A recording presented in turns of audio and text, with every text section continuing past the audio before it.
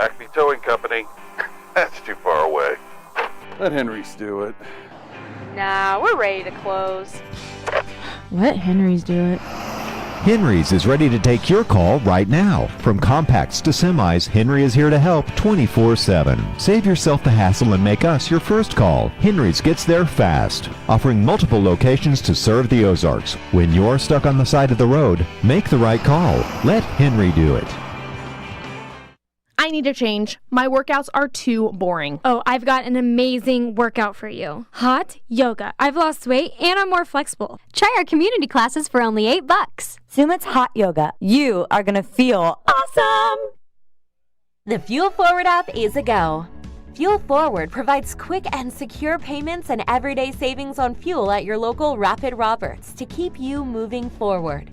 Download today and save up to 20 cents per gallon on your first fill-up. Then save 5 cents per gallon every fill-up after that. Driving just got a whole lot better thanks to the Fuel Forward app at your local Rapid Roberts.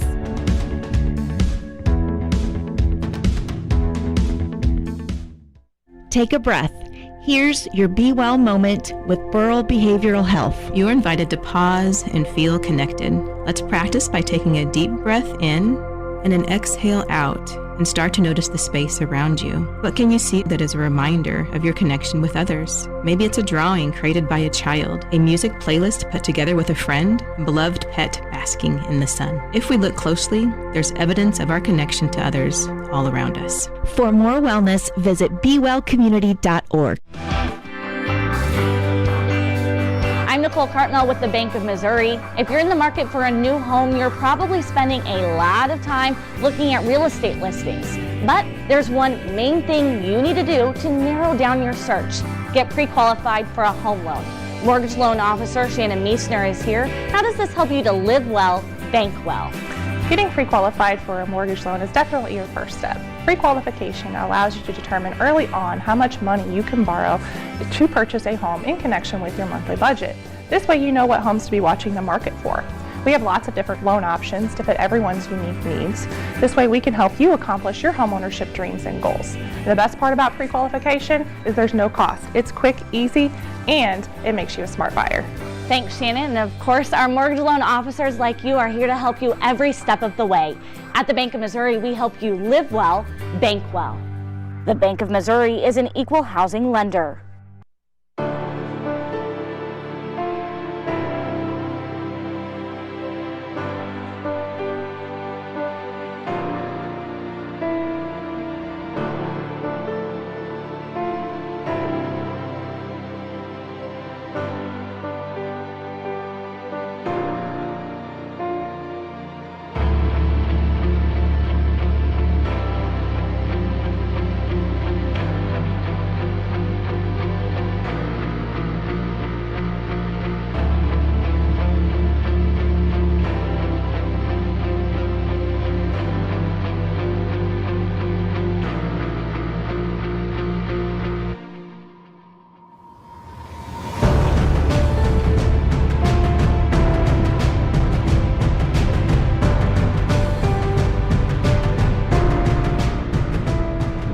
Welcome to Mark Worley Field at Metter Park, home of the Grip and Rip Baseball League's 10th season, and the site of what should be a pretty tasty middle-of-the-day matchup between the Branson Showmen and the Springfield Metropolitans. The big story in this one, the announced starting pitchers. It'll be Logan Wiley for the Springfield Metropolitans against Trey Turner for the Branson Showmen. Both of these players pitched in Springfield, Missouri as members of the Missouri State University Bears. That's an NCAA Division I level club, and both of them have professional experience. This starting pitching matchup, a rematch of the GRBL's 2024 championship game that resulted in a 2-1 victory for the Branson Showmen, and a big night for Trey Turner. Hello once again, everybody. I'm Rance Berger. My partner for this one, Clay Odell. Welcome into the box once again, partner. Always glad to be here. Well, let's talk pitching. You got Trey Turner, of course. The miles per hour tell the story there, but Logan Wiley, no slouch. Fastball's been topping out in the upper 80s. But a slightly different approach, whereas Turner is going to be all gas, at least first time through the lineup. Wiley gets a little bit crafty at times. He's got a wicked slider, and occasionally the changeup comes out of the bag as well. Oh, yeah. Well, on a matchup like today, if you're Logan, you know, he still has some pretty good pop on his fastball. Is it going to match miles per hour with Trey? More than likely not. So when you know you're going up against a more powerful quote-unquote pitcher there, you don't try to match power with power. Right. You want to come in and just stay within yourself, pitch your game, know your breaking balls, know where your location spots are, and then you want to execute that. And it's the same thing with the Metropolitan hitters. You're facing a pitcher like that who's throwing gas like Trey tends to. You might want to go ahead and try to match power first pitch if it's your pitch, and if it's a fastball, that's your pitch. Other than that, it's about staying centered, keeping your feet down, and it's a quick, get your hands to the ball, get the barrel on the ball, just put a good short, quick swing on it, and let the speed from the fastball pop off that bat and get your base hits. Don't try to match power with power. It's more just stay within yourself, play your game, because ultimately he only gets to throw 5 innings. Right. So you got 2 ball games basically at that point. Pre-Trey or during Trey, post-Trey. Yep. During Logan, post-Logan, and how they're going to work their bullpen today. Yeah. That's what I'm interested to see. Post-Logan has been rough for the Springfield Metropolitans. You know, the story with Logan Wiley is he's had 2 really good outings this season. He's gotten next to nothing in the way of run support. You know, the Metropolitans have scored just 3 runs in their first 2 games. Wiley labored a little bit first time out. He threw 5 innings, gave up 4 earned runs, and threw 101 pitches. August 17th against Moon City was a lot more efficient. Just gave up a single earned run and 5 innings of work, threw 71 pitches, and 55 of those were for strikes. So it was a much more measured and dialed in Logan Wiley a week ago. I expect to see more of that this afternoon. But without question, the story for the Metropolitans, they've got to get some hits. I mean, period, 100%. point blank. That has been what has limited the Mets, and that is the reason why they have started the season off 0-2. Showmen are 1-1. They've been scoring a lot of runs. They won against the Nixa Suckers 12-9 week 1. Lost to Ozark last week 10-9. So between those 2 games, 21 runs scored. Looks pretty good. They will look to hang some more on the board today. Let's meet the starters. We begin with the Branson Showmen. They will be the visitors on the board. They will lead off with their player manager and their center fielder, Jacob Carlson. Batting second is the second baseman from Rogersville, Missouri, Jordan Fitzpatrick. Batting third, we just talked about him, but he hits too. He had 16 of them in his first GRBL season in 9 games. That is the pitcher, Trey Turner. Batting fourth is the extra hitter, had the walk-off grand slam winner in week 1. That's David Edwards. Batting fifth is the catcher from Weyburn, Saskatchewan, Canada, Jared Fox. Batting sixth from Sedalia, Missouri, the first baseman, Tyler Rusk. Batting seventh is the third baseman, Houston Freeman. Batting eighth and playing left field is Cooper Kiesling. Batting ninth, the shortstop from Licking, Missouri, Carter Rennie. And batting 10th is the right fielder from Springfield, Missouri, by way of Cincinnati, Ohio, Michael the Showman Doman. Springfield Metropolitans player manager will also be the leadoff hitter, so a little parity there. That is the starting shortstop, Clay Murphy. Batting second, the left fielder, the Delta Airlines pilot, Jared Brashler. Batting third and playing center field from Republic, Missouri, Harrison Waters. Batting fourth and playing third base from Wablo, Missouri, Caleb Kaufman. Batting fifth, the catcher from Woodstock, Georgia, Cole Hazelhorst. Batting sixth is the extra hitter from Branson, Missouri, Justin Parker. Batting seventh, the right fielder from Carthage, Missouri, Gavin Huke. Batting eighth and playing second base is rookie Dustin Thomason. Batting ninth and playing first base, Kevin Walsh. And batting 10th, the designated hitter, originally from the island of Curacao, Ravani Rosalia. So once again, Logan Wiley starting for the Mets comes into this game. The owner of, well, not much run support, but coming into this game, 10 innings, 5 earned runs on 9 hits, 11 strikeouts, 6 walks, and a hit batsman. He was very sharp a week ago against Moon City, and Cole Hazelhorst and the Metropolitans will look to keep that going. Clay and I will step aside, come back, and bring you our first pitch. It's next right after this. It started with an idea. Championship game of the Griffin Rep Baseball League here in Ozark, and we have had a wild one. It's gone back and forth over the last few innings, just like the season series between these And two became teams. a passion. Had no idea what to expect. It's incredibly nostalgic. A brotherhood was created. These guys, they're like family now. Then the community got involved. My family just loves coming out to Grip and Rip. And $1,000 goes to ALS in the Ozarks. We love Champions were crowned. Back to back to back for Justin Skinner. Let's go! Champions! Mark Pleb and the Ozark Mountain Ducks are the champions. Bring on season 10. Moon City, baby. Go fish. Quack Attack is back. Go Locos. Let's go Mets! It's showtime. Welcome to season 10 of the GRBL. Baseball's ultimate second chance.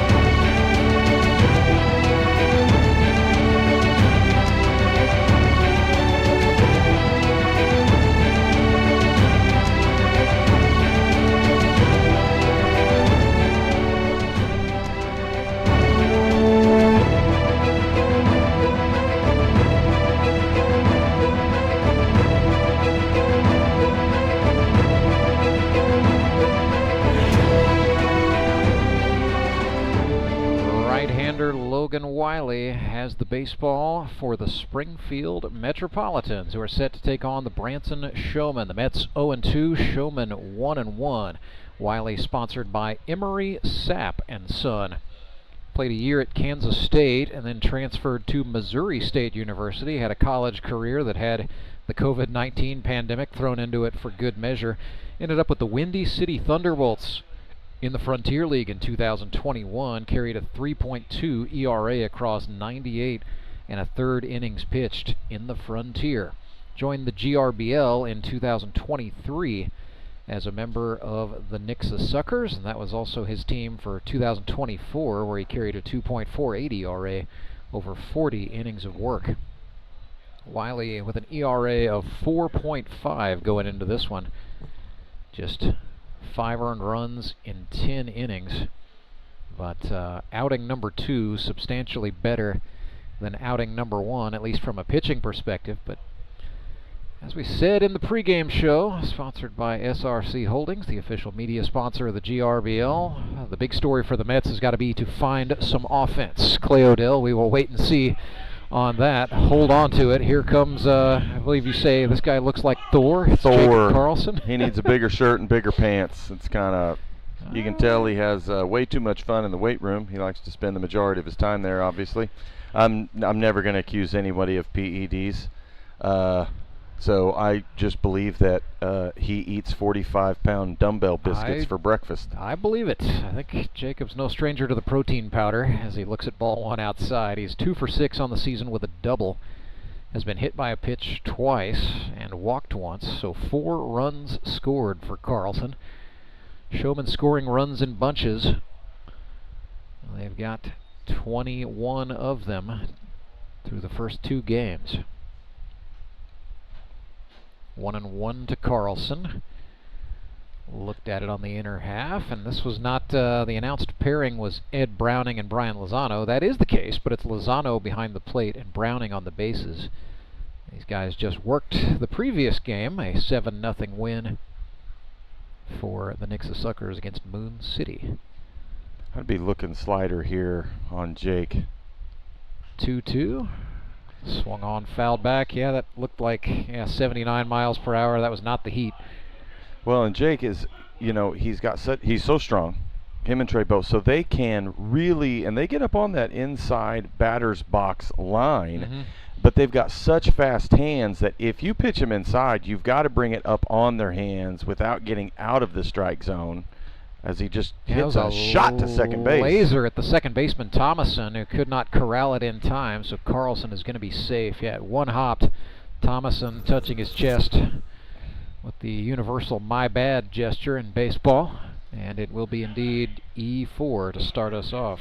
But, they can turn on the ball inside so well that you have to be careful bringing it inside. But equally, because they're up on the plate, you pitch them away. They're not afraid to throw that barrel out there and hit a rocket to the second baseman like that.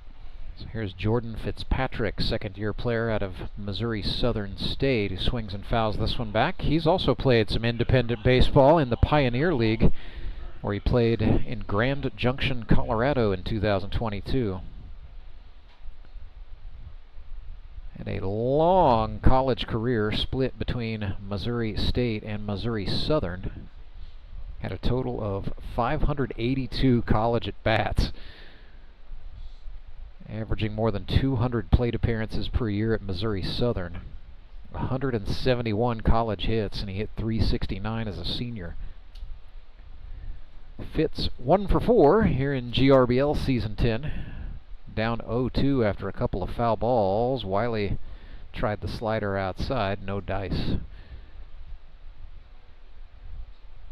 That's a decent pitch to waste. I know that one kind of the rule, unwritten rule, is you go up 0-2, you waste a pitch. You don't go straight to strike 3.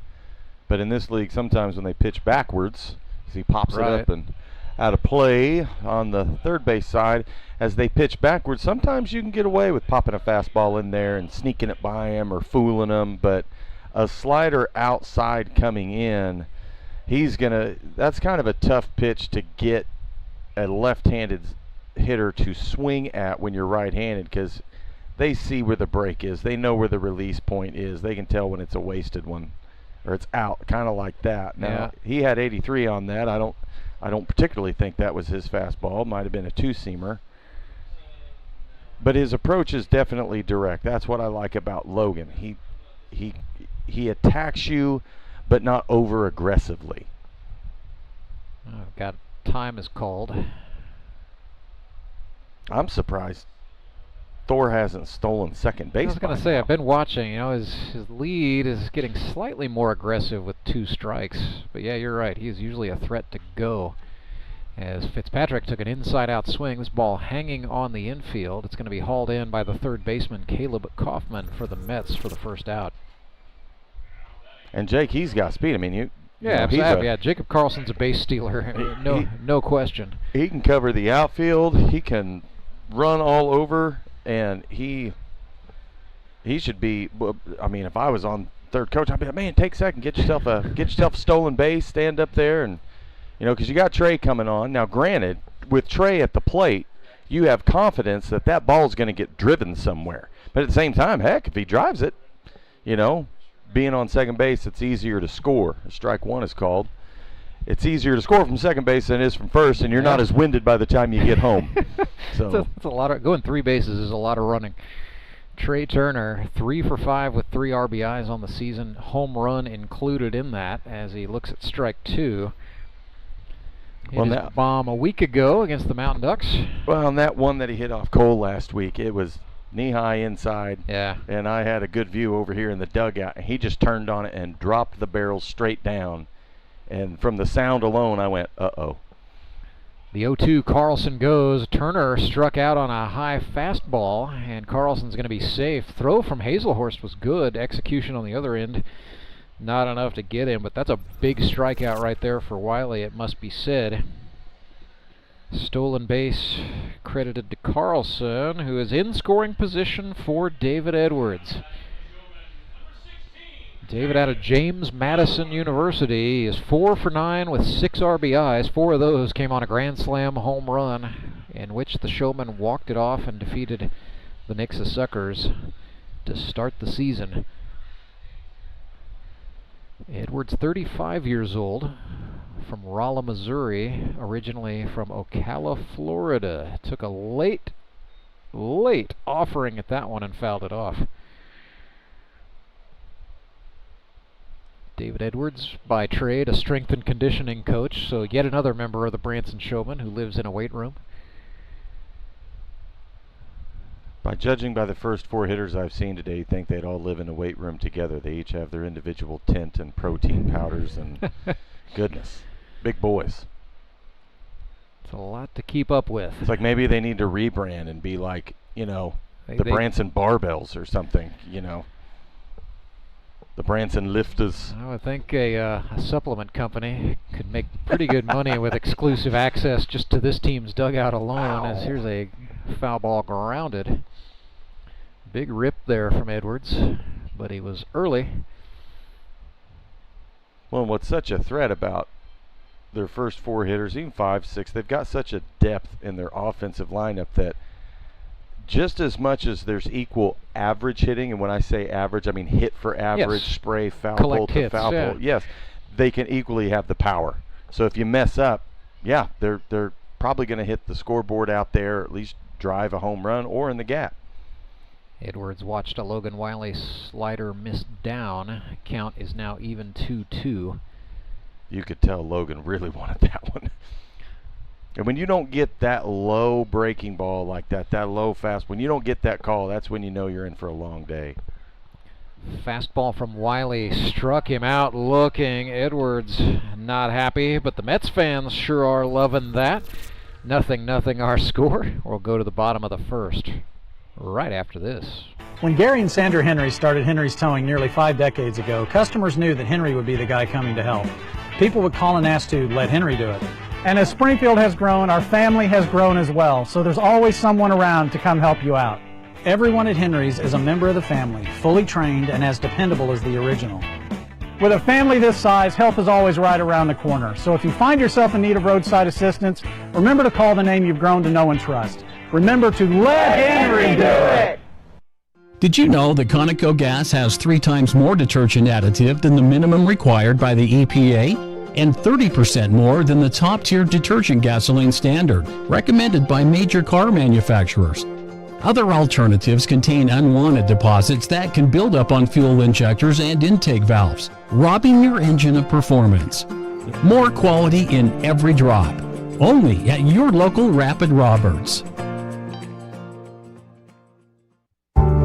At Central Bank, we've brought the home loan process closer to home. All of our lending decisions are made locally, right here in your community, so you get quick answers and loans that are tailored to meet your needs.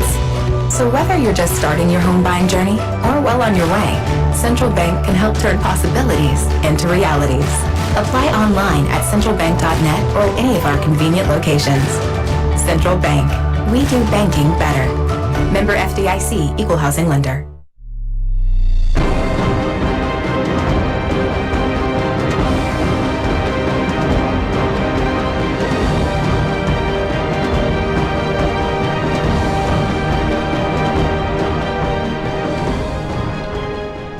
Attention economy, he commands it. Trey Turner on the hill for the Branson Showmen, one of the fastest rising stars in the 10-year history of grip and rip baseball. Hasn't all been sunshine and rainbows for the sophomore campaign of Trey Turner.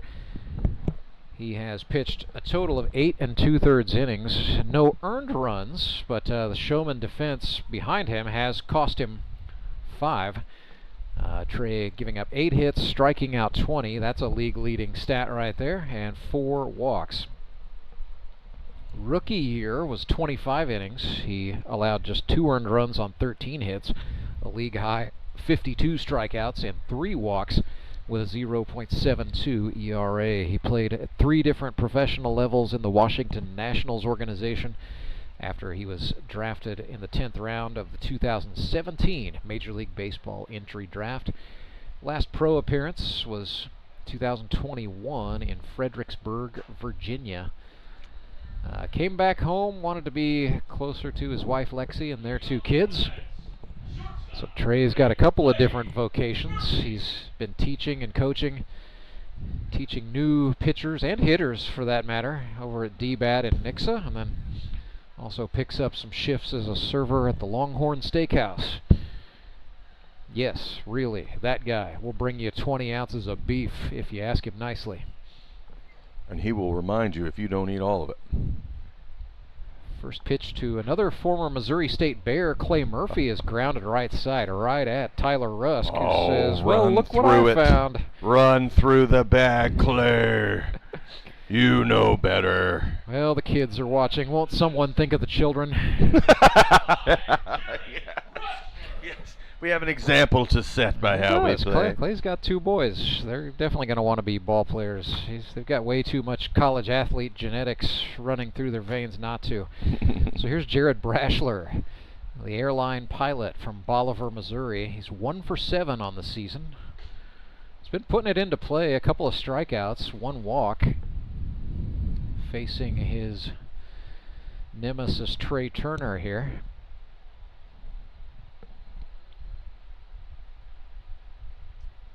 Trey came at him with 94-mile-per-hour heat right there to even it up 1-1.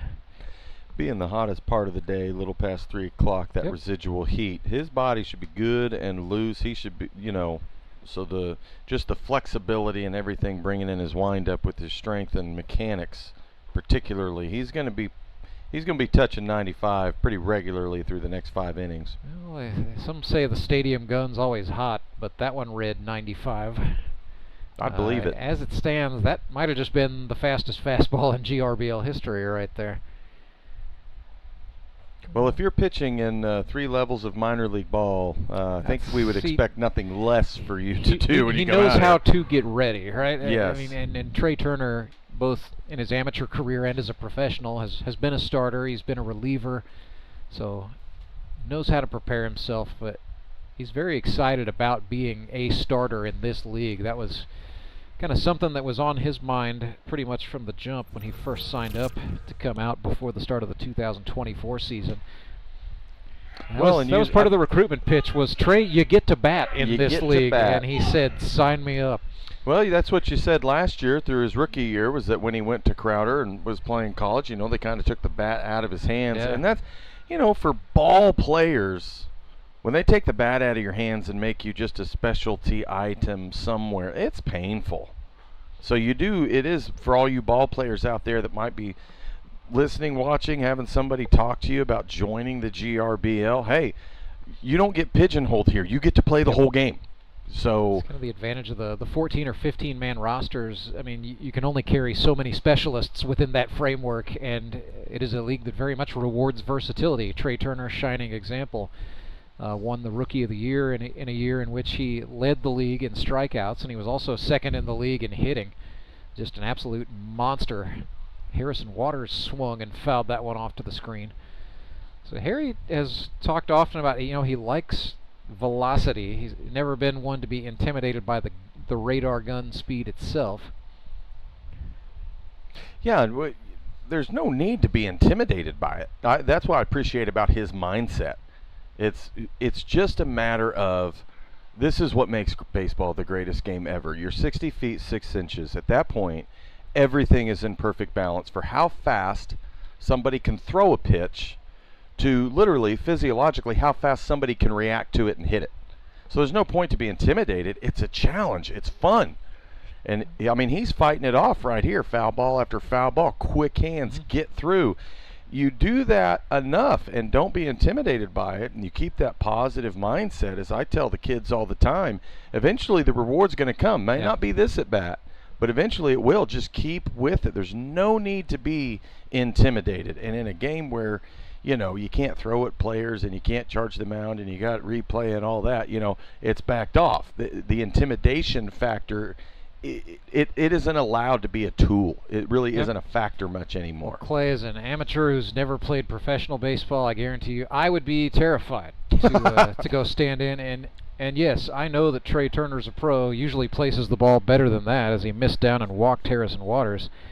Yeah, I'd be terrified to stand in there and see maybe the even first a time. well-executed fastball coming at me. 95. Oh, come on, Rance. You got more of a competitor's mind than that. I think that. I mean, I'm not saying I wouldn't do it once, just to say I did it. But sure. I'd take my 3 swings anyway, just in case I hit something. Oh, I can't let you beat yourself up like that. No, it's the first time you might see it, it might intimidate, and you think, wow, that's something. As Trey gets strike one there. Caleb Kaufman swung and missed at a heater there. Caleb Kaufman, real quick, sponsored by Worley Equipment. It might get you the first at bat or two, the first time you see someone and know what they can do. But after that, the mindset just changes, and you're like, okay, this is what he is able to do. I really, honest to goodness, want to try to put in the work to try to hit that, to try to move the run. So I think give yourself a few at bats. I think you're going to get to a point where, oh no, I'm not scared. It's just I have to believe in myself to do it. Swing hard in case you hit it, right? 0-2 for Caleb Kaufman, who has been an offensive bright spot in a world of darkness for the Metropolitans, hitting .500 on the season. Well, sub .500 now as he goes down on strikes. That's 2 on the day for Trey Turner, for those of you tracking that. 0-0 is the score. Second inning coming up next. It is Grip and Rip Baseball, live and free all season long, courtesy of our friends at Central Bank of the Ozarks. Back with more right after this. Life is full of things to worry about. Your home's foundation shouldn't be one of them. Vertical and horizontal foundation cracks, windows and doors that stick are all indications that your home has foundation issues. At Foundation Recovery Systems, we offer permanent solutions that help put your worries to rest. Call us today for a free inspection. At Central Bank, we've brought the home loan process closer to home. All of our lending decisions are made locally, right here in your community, so you get quick answers and loans that are tailored to meet your needs. So whether you're just starting your home buying journey or well on your way, Central Bank can help turn possibilities into realities. Apply online at centralbank.net or at any of our convenient locations. Central Bank. We do banking better. Member FDIC, Equal Housing Lender.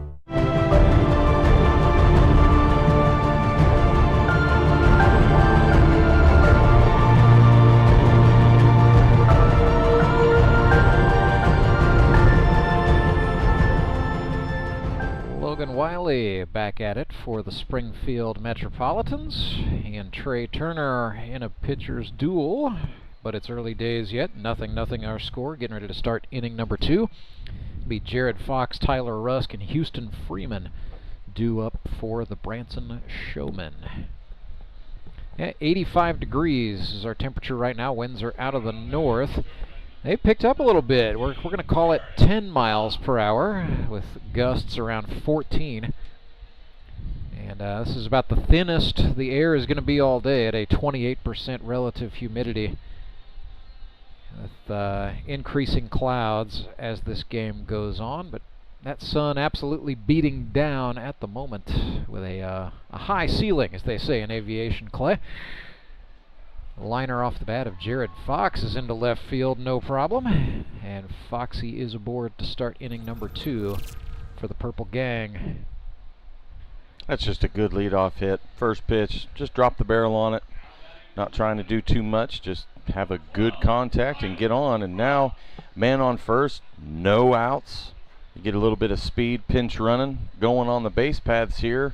I would not be a bit surprised if the Showmen, even though they're in the latter portion of their lineup, are able to maybe manufacture a run or two this inning. This is kind of that's a fair point. I think this part of the order is sort of the manufacturers, if you will. That's where the factory workers are. Right. Tyler Rusk standing up here out of Central Methodist University. He is wearing the collar thus far for the first couple of games as he looks at a ball inside. And yeah, courtesy runner for the catcher. That is permitted here in the GRBL. So that's Chris Leggett running for Jared Fox. And Chris can scoot. As Tyler Rusk swung at a slider for a strike. That was high. Tyler's a tall kid, so for him to swing that high and the ball be over his bat, Well, sometimes when you are slumping, your up and down tend to get a little bit bigger than normal, and your in and out can stretch on you as well. That's right. You know, Tyler Rusk trying to, live into the old cliche of one day at a time, one at-bat at a time. But, when you look around and notice your hit total's not where you want it to be as he grounds out to the third baseman, Kaufman. Leggett does advance on the throw. That starts to force a few swings, and I think maybe that's what we saw on strike one there. That's right, man. But now you have a man on second with one out, not risking a double play ball here. So Mr. Freeman just needs to come up and put a good smooth pitch, find one, good smooth swing on it. Maybe even hit it into that big gap between second and first and wheel it around, get a run. They are sort of playing him to go the opposite way. Houston Freeman, the rookie from Lebanon, Missouri, and he does over right side. Ball stays on the infield. Kevin Walsh, the first baseman, handles it for the unassisted putout, but it does move Chris Leggett up. So a little good bit of directional hitting there from Houston Freeman. Not quite a bunt, but sort of same effect, ultimately. Is able to move his runner. Now you got two outs, guy on third. This is where, as a third base runner, I am aggressive. Yeah, we'll see what Leggett does. This initial lead, kids, pay attention. Your initial lead at any time when you're on third, and when I speak initial lead, there's a chopper foul. I'm talking about when you take your lead and you come set, your first part of that is you are equally off the bag the same distance that the third baseman is off the bag. So if that third baseman's, he's behind the bag or playing on the back grass, and say he's 10, 15 feet away from the bag. 10-foot lead. Get a 10-foot lead, get 15, because why? It's easy to get back to the bag and get down. What does the third baseman have to do? He has to get to the bag, he has to catch the ball, and he has to make a tag on top of somebody throwing the ball accurately over there. For all those things, yeah. Your initial lead, kids, you want to get same distance, but you don't want, this is what happens a lot of times. Guys will get their initial lead. The pitcher comes set. They take another step or two, maybe not. The ball's delivered to the plate, and they take 2 or 3 steps. Catcher catches the ball, and then they still just stand there. And that's how you get hosed. That's how you get hosed. So you want to be on your toes, kind of jockeying down the line to when the catcher catches the ball. You see it there. Hazelhorst took a long look at Leggett and kind of playfully feigned a throw there, but he's letting Chris Leggett know he saw that. And that is where your third baseman has to really be heads up and go, hey, man, this guy's getting off the bag. I'm going to shoot over there. So I'm noticing Kaufman's playing a step closer to the line this time. Wiley looks over at Leggett. Now he comes home to Kiesling on a 3-1, and he walked him. Now, he walks him there, but at that time, you take your initial lead, okay, and now you're 15 feet off the bag. You've cut your 90 feet to 75 feet, right? And then easier run. You get initial lead another 5 feet, so you're down to 70. And you got 2 outs, but there's a pass ball. Yeah. Where, hey, it's only 70 feet. So you just got to beat the pitcher there. The catcher has to get the ball, turn around, put the throw on a dime. And so it just works out better. Be aggressive on third. Carter Rennie fouls one off. Always a tough out of Licking, Missouri. And some guys go, well, I don't want to get off the bag. I don't want to go down that line. I go, well, you're proving to me that either A, you don't know what you're doing, or B, you don't have the confidence you know what to do, you just don't have the confidence. And as a manager looking at players, kids, pay attention to your manager. These are the things they're looking at. These are the things your coaches are looking for. Your intuition, your ability to read, your aggression. If you don't know what you're doing and you don't ask questions and they tell you to do it and you still don't do it because you're too scared, there's one place for you. It's probably going to be the bench. As he punches him out. Goodness sakes, Logan Wiley bows his neck, and he got Carter Rennie looking. 3 strikeouts on the day for Logan Wiley. That was the biggest one right there as he gets out of the jam. 0-0 is the score. We'll go to the bottom of the second right after this quick word. I I'm Nicole Cartmel with the Bank of Missouri. If you're in the market for a new home, you're probably spending a lot of time looking at real estate listings. But there's one main thing you need to do to narrow down your search. Get pre-qualified for a home loan. Mortgage loan officer Shannon Meissner is here. How does this help you to live well, bank well? Getting pre-qualified for a mortgage loan is definitely your first step. Pre-qualification allows you to determine early on how much money you can borrow to purchase a home in connection with your monthly budget. This way you know what homes to be watching the market for. We have lots of different loan options to fit everyone's unique needs. This way we can help you accomplish your homeownership dreams and goals. And the best part about pre-qualification is there's no cost. It's quick, easy, and it makes you a smart buyer. Thanks, Shannon. And of course, our mortgage loan officers like you are here to help you every step of the way. At the Bank of Missouri, we help you live well, bank well. The Bank of Missouri is an equal housing lender.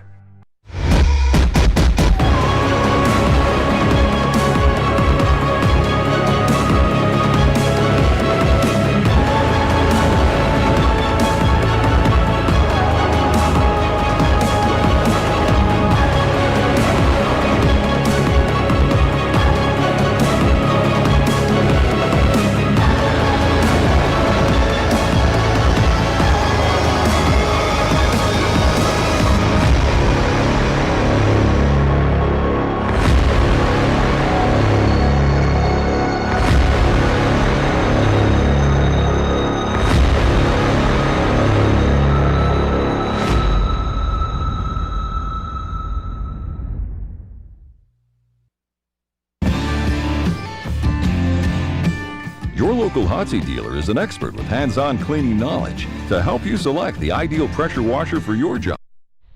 Oh, apologies there. We are back live. Grip and Rip Baseball Sunday triple header. Springfield Metropolitans and the Branson Showmen. Cole Hazelhorst steps in for Springfield, facing Trey Turner. Swung on and missed at 94 miles per hour. Yes, that is what that looks like. Cole's player sponsor is Hazelhorst Properties, specializing in student rentals and affordable housing near the campus of Missouri State University. Hazelhorst Properties in business since 1992. So Cole's down 0-2 here. Oh dear. Well, at some point somebody's going to find the baseball again on that infield as we try to organize our thoughts. Human rain delay. Well, Cole tried to flip it to Trey Turner and put far more air on it than he needed to. I don't think there was anything nefarious there. Nonetheless, he's down 0-2, and he may pay the price for his misdeeds here. Sometimes that happens with the sweat out there. Turner threw a slider, did not locate it, so 0-2 becomes 1-2.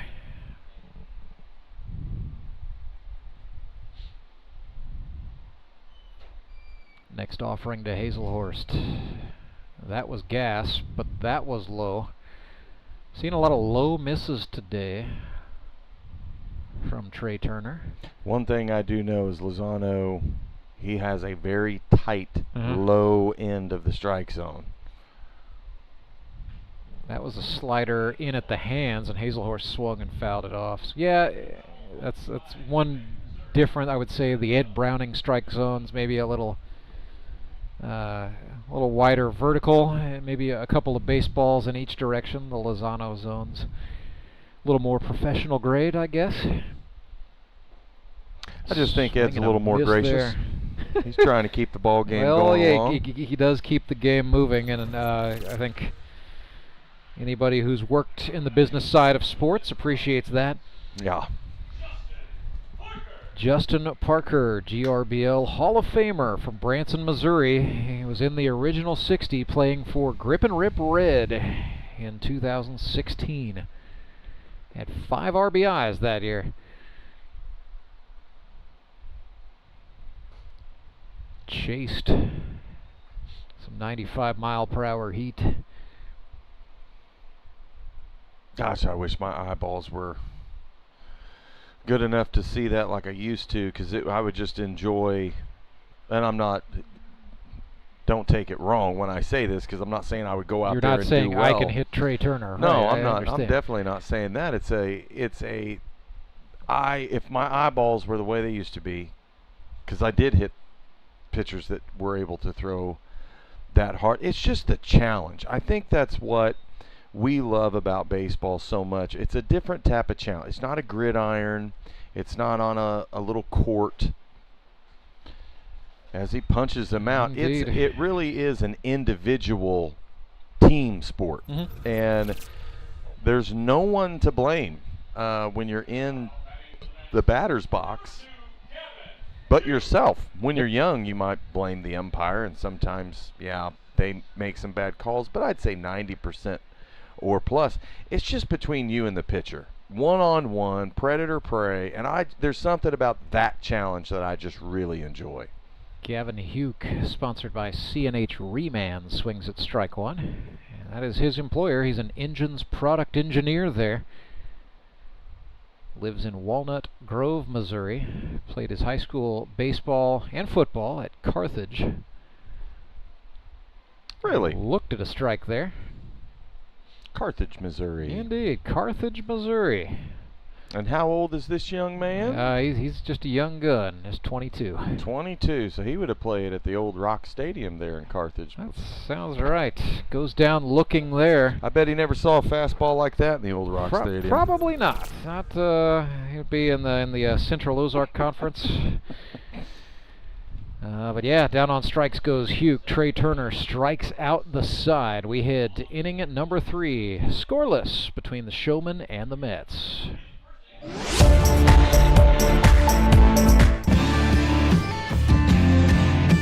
Your local Hotsy dealer is an expert with hands-on cleaning knowledge to help you select the ideal pressure washer for your job. Take confidence in knowing you have a resource for all your cleaning needs. Service can be scheduled in-house or on location by a factory-trained technician using genuine Hotsy parts.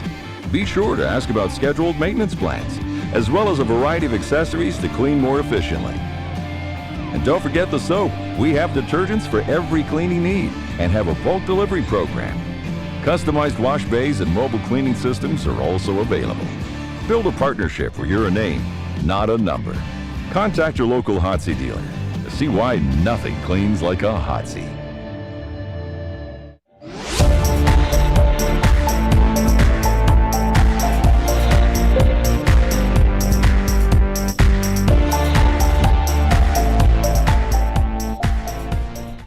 Metropolitans and Showmen scoreless. Logan Wiley versus Trey Turner. It's been a nice little back and forth so far. 5 strikeouts for Trey Turner through 2 innings. Logan Wiley's got 3 as he gets ready for his 3rd inning of work. Branson will turn over the lineup this inning. It'll be Michael the Showman Doman coming up in the 10 spot. And then we'll go back up top for Jacob Carlson and Jordan Fitzpatrick.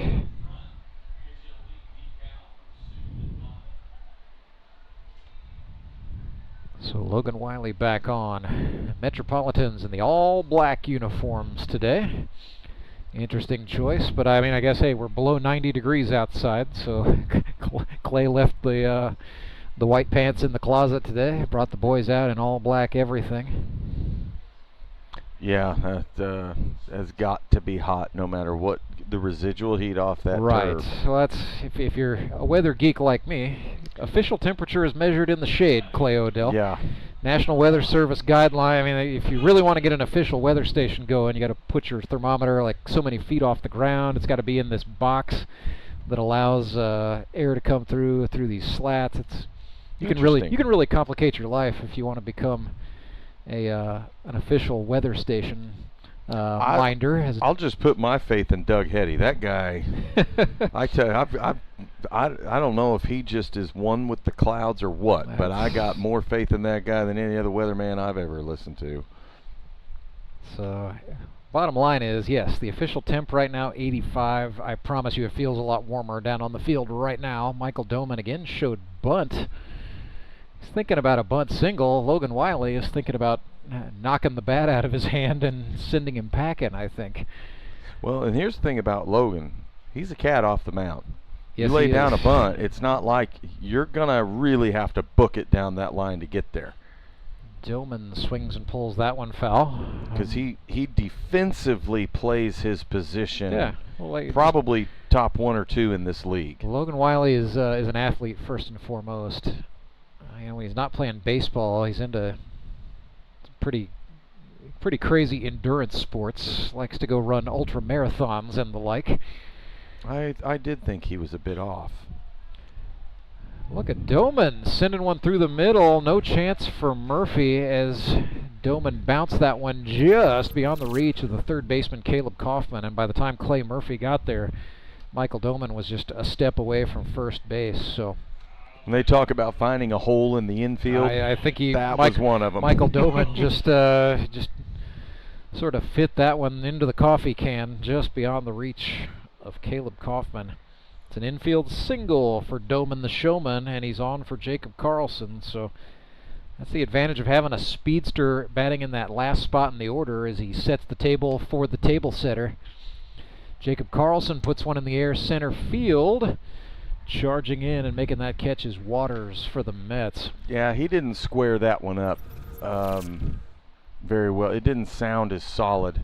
No. And I'm kind of surprised that he didn't, maybe give it a pitch or two, allow him to steal with that speed. Just let him get to second, let him take it. A little bit of anxiousness perhaps on Carlson's part, wanting to jump on strike one. Which there's nothing wrong with that approach. I mean, when you face pitchers and you've seen them multiple times, you know their strength and you're trying to capitalize. It's just unfortunate that when you do go after it first pitch like that, you don't square it up. Yep. And that will keep you up at night as a hitter. Here's Jordan Fitzpatrick. Looked at a called strike on the outer half. I know he's hungry. He is hungry to square one up. And he's such a good hitter. He can spray the field. He's just cock-locked, ready to rock. Yeah, Doman goes. Hazelhorst fires, and Murphy had to go up to keep that one from sailing into center field. So it's a stolen base for Doman the Showman. And now, you're sitting with a runner on second base with one out, one that has terrific speed. Now's the time to just take a deep breath, settle in, and really focus on making a good swing and making good contact and let the ball go where it will. I'll bring your head back down. Yeah, he was thinking about pulling that one down the right field line, it looked like, and shook his head at himself there. He had a chuckle. Jordan usually plays pretty loose. But he's down here 1-2 against Wiley. Watched that one go by. These guys have some familiarity during their overlapping times at Missouri State University. But competing against each other here, that's going to be fun for both men. Wiley looks back at the runner Doman. Now brings home a slider that is flared foul. That was good handwork. He kept his front shoulder closed while keeping his hands in. You only have to miss the bat surface on the ball. Less than 1/8 of an inch can be the literal difference between a base hit into left field and a foul ball. He just missed that, but the swing was real good right there. Another 2-2. There it is. Fitzpatrick goes the other way. Yes, that's going to bring home a run for the Showman. Extra bases for Fitzpatrick as Doman scores. 1-0 as Jordan Fitzpatrick goes the other way on a 2-2 pitch and hammers it down the left field line. Man, that was such a good swing. The hands were in, his front side was still closed, and the pitch was low and away, and he's either thinking, Logan probably not going to bring it in on me because he doesn't want me to pull it. So he might have been, don't know, I'd have to ask him post-game, were you sitting outside on that pitch? Because it was literally the same down the third base line. The pitch before, he just missed it. Yeah. Got the same thing. That time connected right there. What a beautiful hit. Trey Turner 0 for 1 with a strikeout today. He is 3 for 6 on the season. 3 RBIs. Thinking about adding to it here, no doubt, with a runner on second and one away. 1-0 Showmen, following that RBI double off the bat of Jordan Fitzpatrick. And kids, if you rewind it and just watch that, we're making the point. There's more money to be made, foul pole to foul pole. Did he pull the ball and try to hit some monstrous gap shot or home run? No, he just sprayed the ball the other way and got his run in. Turner sprays that one at the second baseman. Thomason gets the throw to Walsh in time. Oh, come on, Trey. You know to run through the back. Come on now, Snowman. What do coaches say? Do as I say, don't do as I do. Yeah, I could have never abide by that. As a father, I definitely won't abide by it. I didn't say good coaches say that. Yeah, Important disclaimer there. Yeah. Here's David Edwards. He's got a runner at third. 2 outs. Fitzpatrick having a chat with, I got Justin Loudon coaching third base. I've no doubt that was a chat about baseball. He might have gotten a fruit snack for his trouble. Well, I felt really privileged last week. Yeah, he was nice enough to come over. He gave me a couple little gummy juice, whatever they were, but they were tasty. Loudon knows how to keep the good stuff close at hand. Oh, Edwards fouled that one off. Not sure if that caught the shoe or if that was off his own shin guard there. It sure looked like something out the front shin guard, kind of bounced up. Yeah, he's walking it off, but looks he's a tough cat. That's not gonna, if he's in pain, he's not gonna have the courtesy to show it to us. So he's down 0-2 here. I'd be sitting on Logan's slider out here, but away, off the plate. That was the slider up, and Edwards launches it. That is way up there. Harrison Waters had to track that one, but he handled it well. Made the catch and the out, and so the Metropolitans get out of the inning. Not before the Showmen scratch a run across on an RBI double from Jordan Fitzpatrick. So 1-0 is the score, and we're back after this. When Gary and Sandra Henry started Henry's Towing nearly 5 decades ago, customers knew that Henry would be the guy coming to help. People would call and ask to let Henry do it. And as Springfield has grown, our family has grown as well, so there's always someone around to come help you out. Everyone at Henry's is a member of the family, fully trained and as dependable as the original. With a family this size, help is always right around the corner. So if you find yourself in need of roadside assistance, remember to call the name you've grown to know and trust. Remember to let Henry do it! Mr. Callahan, let's play Word Connect. I don't want to. I'll start. I'm not gonna. Air. Services. Professional. Trustworthy. Quality. Satisfaction. Everyday. Overnight. 24/7. Repair. Replace. Air. Water. Heating. Cooling. VIP. Membership. Okay, that's good. Okay, that's bad. Stop. Go. Jimmy! Mr. Callahan! Fired. Hired. That was fun. Again? Call Air Services today.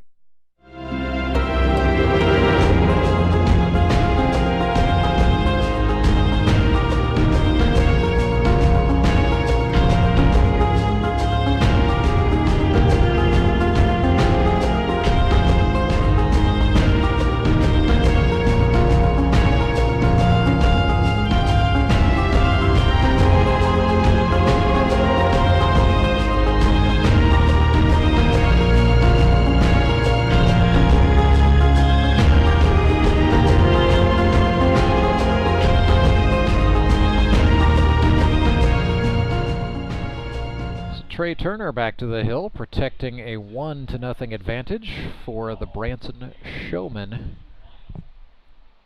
Metropolitans sending up the 8, 9, 10 hitters this inning. So Dustin Thomason, Kevin Walsh, Ravani Rosalia. One thing I enjoy about this particular pitching match is not just 2 different pitching styles, which they both have, 2 different styles. But for the kids, I try to watch their mechanics. And the 2 things that for young kiddos that I really encourage them to pay attention to is the separation of their hands in their stride. So they're getting separation. And secondly is not just the front foot placement towards the plate, but getting out on that front foot and following through. Really putting the All the body weight going downhill, putting Yes. some force behind the ball. Dustin Thomason swung at strike one. Kind of a ride the slide, as we like to say for kids, but you see his chest almost hit his front knee sometime. Not every pitch, like not that one. Sometimes when Trey is wanting to really throw that fastball, he tends to be upright a little bit more. Yeah. Which is okay. I mean, it's the same thing with Cole and some other guys out here in the league.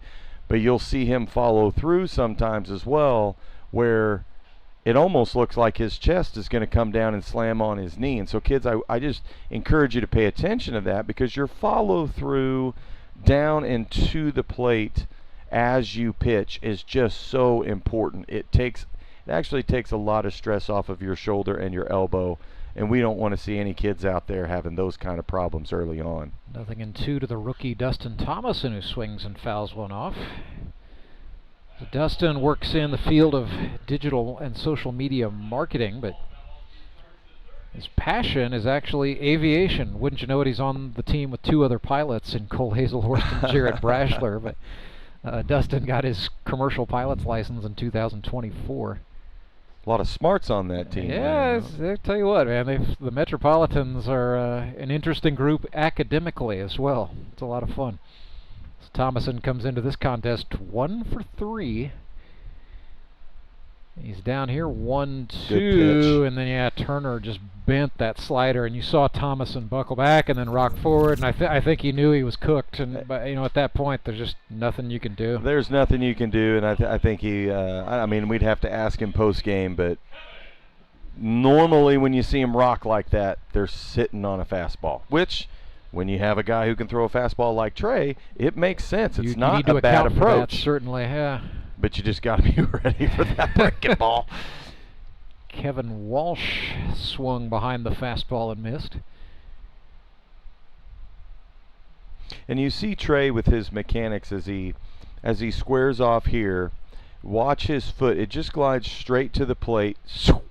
Right there. He's not stepping so far towards third and crossing over his body. He's equally not stepping close to first base, opening himself up and dropping his left elbow and glove hand. Everything there is to the plate. I mean, straight it's just down the hill as he gets Walsh swinging. That's now 6 consecutive Ks for Turner. 7 in the game. It's such good mechanics. So when you either come here live or are watching online, kids, get behind home plate when you come to the park. And just try to get behind the umpire view and see how he's going directly to the plate. It's so important. And at the same time, it's so fun to watch when they do it right. There's Ravani Rosalia, the native of Curacao, sponsored by Millsap Farms, now calls Ozark, Missouri his home. But Ravani, the son of a couple of missionaries, spent a lot of his formidable years in the Dominican Republic. So a childhood definitely spent in a couple of baseball hotbeds, Curacao and the DR. But his training at the Moody Bible Institute in Chicago initially brought him stateside as he bails out of the way and hits the deck.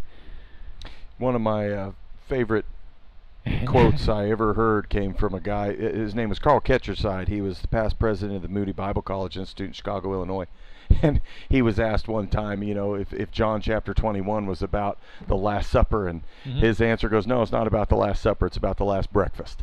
Because Peter gets out of the boat and Jesus is cooking fish on the shore, and they have the breakfast. I always thought that was wonderful. But Moody Bible Institute, being missionaries and him having connections there, that's outstanding. That's just really neat. And you said he's from Curacao. Curacao. But then he spent about 10 to 12 years of his childhood were spent in the Dominican Republic. So Dominican Republic. But Curacao is the birthplace.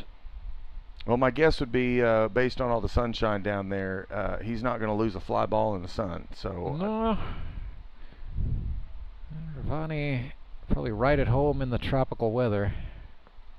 Now this is nothing for him. Yeah, he's worked into a 3-2, so it's getting heated down there in the batter's box, and he draws the walk. Nice.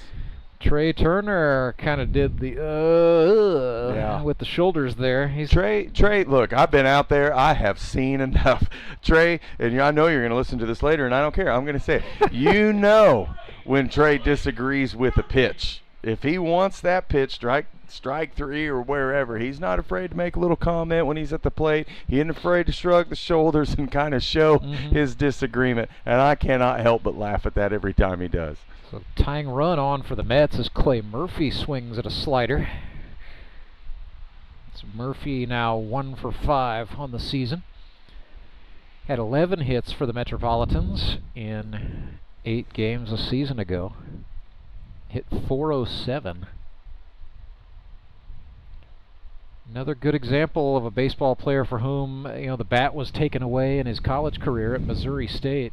Came out to the GRBL and said, "Give me the bat. I want to do more." We'll see in the wind pick up here in the bottom of the third. I was going to say, it seemed like it just kind of got cloudy. Well, we're supposed to have increasing clouds as this one goes on, and the wind picking up a little bit too. I think Trey was asking where was that one, because it looked good. Now obviously we're off-centered here and we're not directly behind home plate, but I think he thought that caught the corner there, and Lozano said, I think you're a little outside or low. 2-1 pitch is a fastball that goes wild. A favorable carom. Jared Fox got the throw down, and Rosalia is going to be caught stealing. Tells Carter Rennie, well done. That's just what a throw. Right, I applaud the aggression, but Jared Fox got a good bounce, and then he made a great throw, and that's caught stealing, just like that, turning a wild pitch into an out. So we have played 3. It is 1-0. Showmen lead the Metropolitans. Back with more Grip and Rib baseball in a moment. Did you know that Conoco gas has 3 times more detergent additive than the minimum required by the EPA? And 30% more than the top-tier detergent gasoline standard, recommended by major car manufacturers.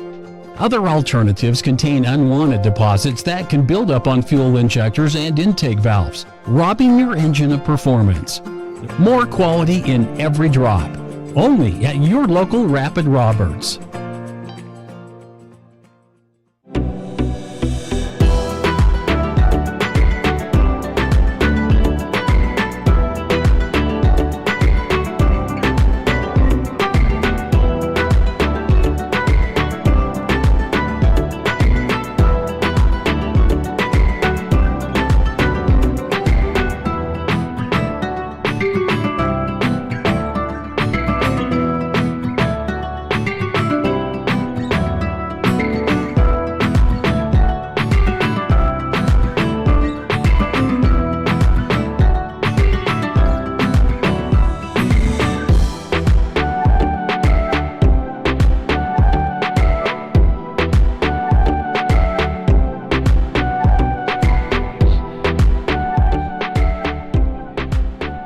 Rantsberger, Clay Odell back with you live at Meadow Park, where we have a special guest with us in the broadcast booth. We welcome in the face that runs the place, the boss of the Drury University Panthers, and former GRBL standout Scott Nasby. Nas, thanks so much for stopping by and hanging out for a minute. Yeah, for sure. It's a beautiful day, unlike last week. It was a little warm last week. It got a little hot, but 85 with a breeze in August. Can't beat that here in this part of the world. Oh yeah, it's great. But I know, with college baseball, you're pretty used to sending your guys out there like for those early February games where it's 28, and I noticed that's probably not part of the recruiting material where you have to ask guys how good are you when you're freezing. That's we have a California kid this year. We had a Florida kid last year. We had a kid from South Beach one year, and he showed up with no pants. And he only had shorts. And like his wardrobe. Oh boy. Alonzo, you got any pants? It's going to be 26 out tomorrow, and he showed up in shorts. So.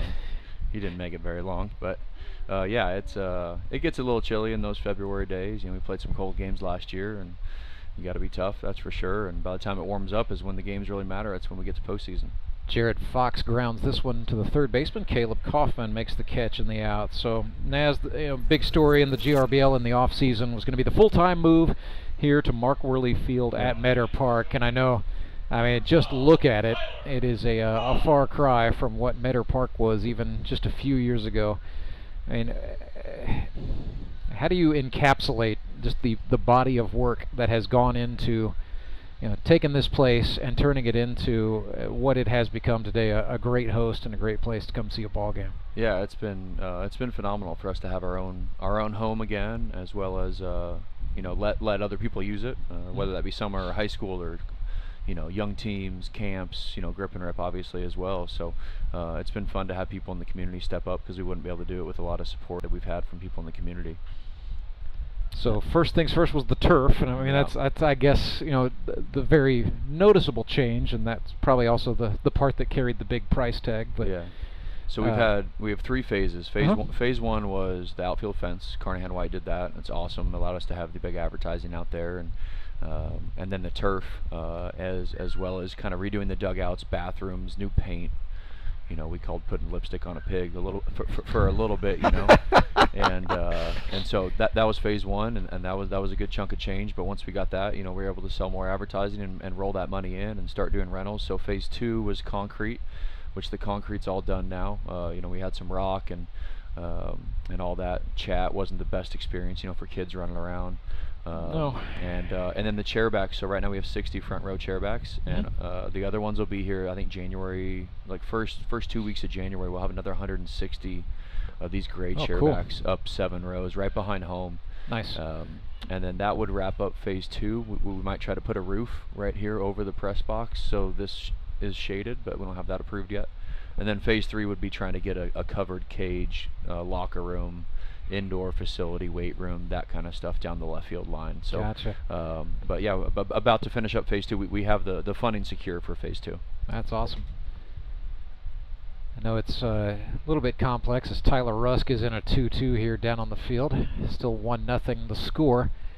So I mean, this is Metter Park. It is a Springfield Greene County Park Board property, but here at Drury University, you've sort of been given the keys to the kingdom, at least for Mark Worley Field here, as Rusk pulls one out into left. That's going to be handled by Jared Brashler, a guy you used to manage in this league and know his defensive skill very well. Well, that's one of the reasons we're here is Cole. So Cole and Beckett, which is Jared's son, play on the same 12U team, now 13U team, and we're the Mini Panthers. So we may or may not be lucky enough to use this field for scrimmages and practices after our game. Perks. Just works out that way. It was a solid perk. So Cole is a Mets fan today, and hoping to see Brashler next inning against Turner. Do you miss? I know, your career toward the end, there were a lot of injuries, and we were kind of reliving the moments off mic before you came on with us. And you asked me which injury was that year, but. Yeah. Your career had a lot of hits in it too, and you're definitely a force with the baseball bat in your hands in this league. Do you ever sit here watching the games and miss getting out there and smacking a double? It was fun. There's no chance I could reach second on one swing right now. It would take a hit and a wild pitch, or maybe someone getting a hit behind me. But yeah, first 16 I played. I think I had an oblique injury maybe that year. The next year I tore my calf, and the last year I stayed healthy enough to play, and it was a blast, be out here every Sunday and have the kids watch. Caroline was really young then, and Cole remembers probably a little bit of it now, running around the park out there at US Ballpark. So it was fun, but no, my body would not be able to handle running around out here longer than 1 or 2 swings. I think Cole Nasby in my mind is going to be 6 years old forever, and I'll always picture him being the Panthers bat boy. So when he gets into high school, that's going to be a shock to my system. Yeah, it's 2 years. He's in 7th grade. Wow. So 2 years away. So Caroline's in 5th, and Andrea's teaching 6th at Pershing, and Cole's at 7th. So they're all at the same school right now. So Naz, you mentioned it's a game of phases, getting things going. If GRBL fans are enjoying the experience, maybe they want to make Drury Panther baseball part of their spring, or just make Metter Park a better place. What's the best way to get involved? Yeah, we've about a 30-game home schedule this year in the spring, but even in the fall. I mean, we don't. The gates are always open for practice, as well as scrimmages. We play 9 doubleheaders this fall, all at home, and then we play Missouri State for the Battle for Bell on October 9th over at Hammons Field. And Very nice. That's a great cause to raise some funds for ALS. But free baseball on a nice day after some school on a Friday, or come over here and watch a practice. Gates are open, and some of the locals will roll in with their dogs every now and again and watch a few hours of practice. So the whole goal with moving back to Metter was to make it more of a community program, community feel, and we've been able to involve the community a lot, especially with the traffic Tony gets at these games, with getting young kids involved and grandparents to watch games, and having these guys put on enough Ben Gay for one day a week. There is a bit of a smell in the dugouts. Yeah. We try to clean up after ourselves as best we can. We try to keep that landlord-tenant relationship solid. Oh, yeah. We got a little the batter's box. We noticed yesterday the front edge of the batter's box is coming up a little bit. We switched them left to right, and just because the right-handed batter's box has been pretty worn out, but we've had it for 2 years, and now the front edge is coming up. So hopefully no one slides into that today. We got to fix that tomorrow. It's just a tiny thing, but. So here's Clay Murphy again against Trey Turner. Murphy was up for a wild pitch that turned into a caught stealing last time. So second at bat of the day, perhaps. He's ahead here, 1-0.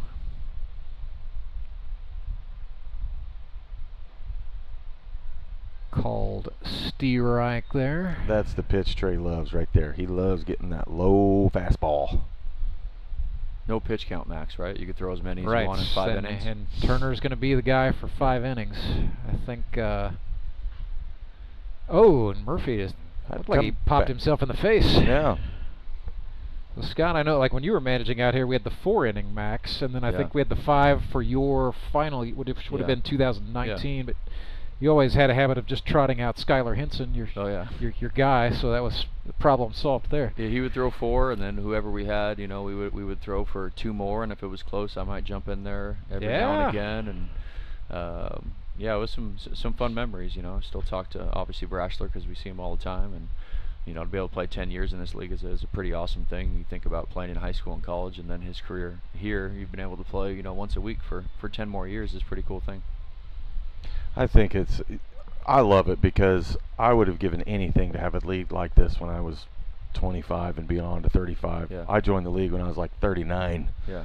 And the eyeballs ain't there, and the reflexes aren't the same, and my heating pad came out of the closet, and the ice packs, were constantly being chilled as Trey Turner sets down Clay Murphy on strike 3 there, and they pop around the horn. But what was really interesting was I noticed a huge difference when we were at Sky Bacon compared to where we came here in the bounce of the ball. For if a ball went up and when it hit, shot up, and just how when I was wearing cleats, molded cleats, not metal spikes, it was felt easier on my feet and ankles out here to run.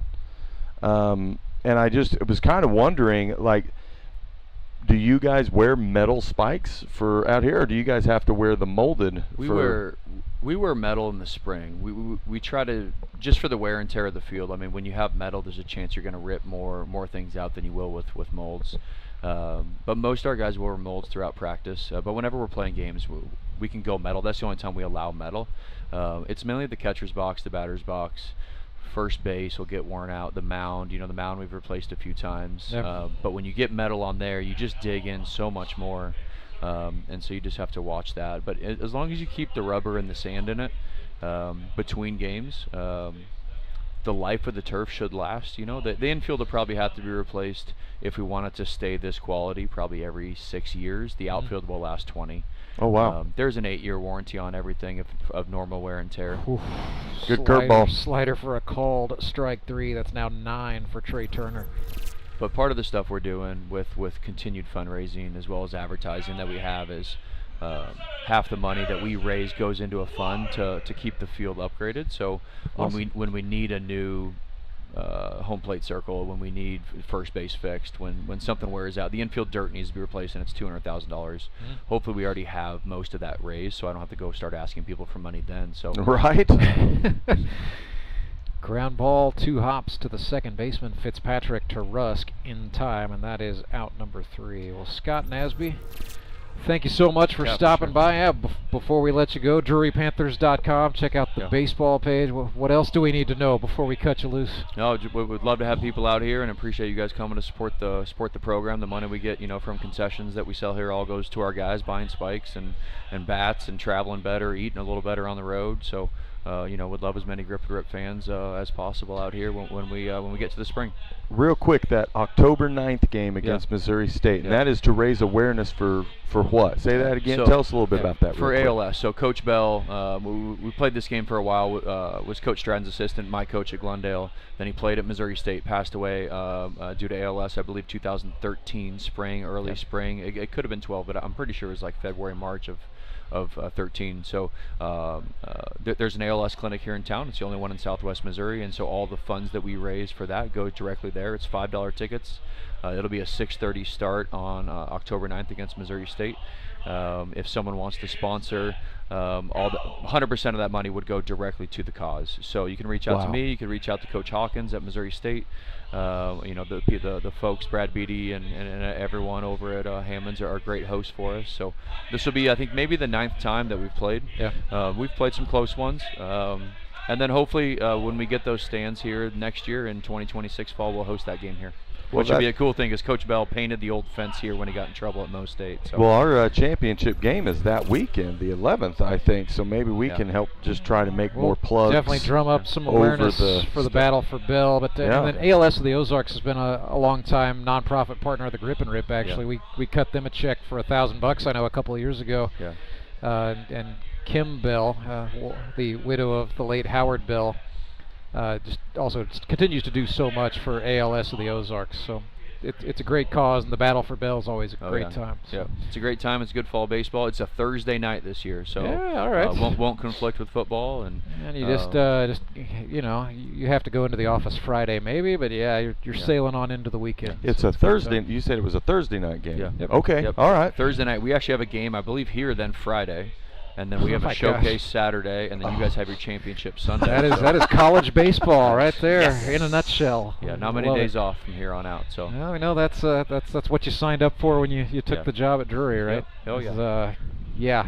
The games are but a small part of the responsibility, and you're one of the hardest working baseball men in the Ozarks, Naz. We appreciate everything you do for us. I think I work about half as hard as Tony and you guys up here this time of year, especially on Sundays. I'm not working hard, but you guys are, and I appreciate the effort you guys put into this, and I know a lot of the guys out here are out here because of how hard you guys work and the product you guys put out, so it's pretty fun to watch. Well, we'll let you go back to the family. And sorry, did I see the camera come out? Or you just being a little bit of a tourist? No, there? So I filmed and then I put it on Twitter actually and said just a casual men's league game, 94-96, and Ricky Meinhold, who's the Blue Jays pitching coordinator, just texted me and said, "Who's pitching?" So you never know. Let's go. We'll see. I said I'll let you know if he hits 100 here. So we love Ricky Meinhold. Yeah. We've had him do a guest spot once or twice in this league as well. Yeah, he's the minor league pitching coordinator for all the Blue Jays organizations. Well, Ricky, get if you're listening to this, get with me, friend. I've got some names and numbers for you.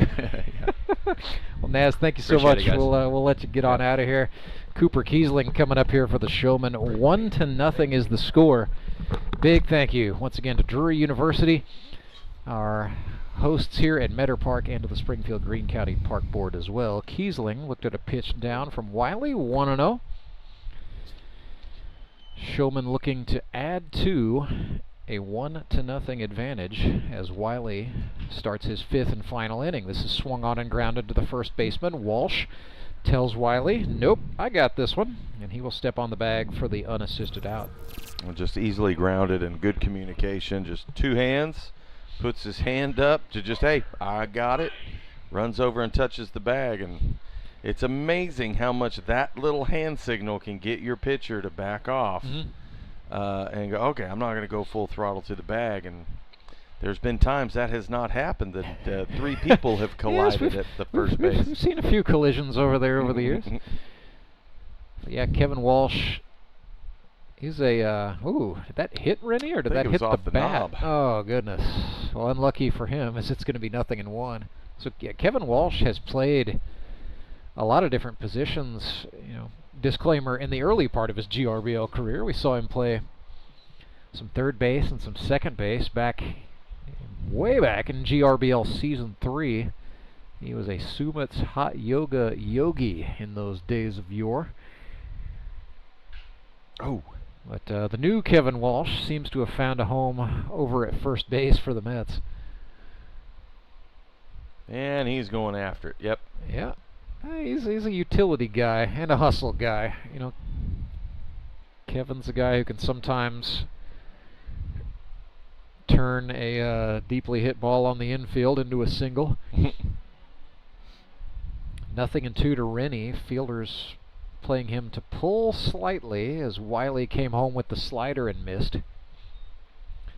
So Carter Rennie has sort of a knack for making these life changes right before the GRBL season starts. Prior to the start of 2024, he got married. And prior to the start of this season, he and his wife welcomed their first child, a son. Outstanding. So Carter living that dad life. Told me he's not sleeping. That's the way it works. That just sounds like he's trying to handle his responsibilities. So, you know, applaud him for that. Well, the sleeping part, you have a lull for several years where you start to get your sleep, and then you hand him a set of keys and 4 wheels, and that sleep goes right outside the window again. He's got a while before he's going to worry about that too much, but certainly big congratulations to Carter and to Abby Rennie. She's undoubtedly doing the lion's share of the work. 2-2.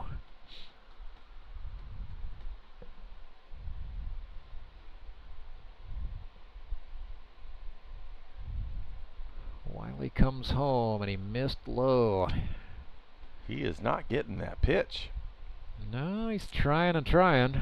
And you can tell he's frustrated. I don't think he's frustrated with Lozano. I think it's more he's demonstrating frustration with himself, just not being able to perfectly spot that. And that is frustrating when you're out there and can't do it. Payoff, swung on, grounded right side. Thomason, the second baseman, flips to Walsh in time. Throw ground balls, kiddos. Just like that. That was a good pitch. Crash Davis say, serve up some ground balls. It's more democratic. More fascist. Well, no. Strikeouts are fascist. Yes. Ground balls are democratic. Meat. That's right. Because if you're not careful, they'll hit the bull. They'll get a free steak.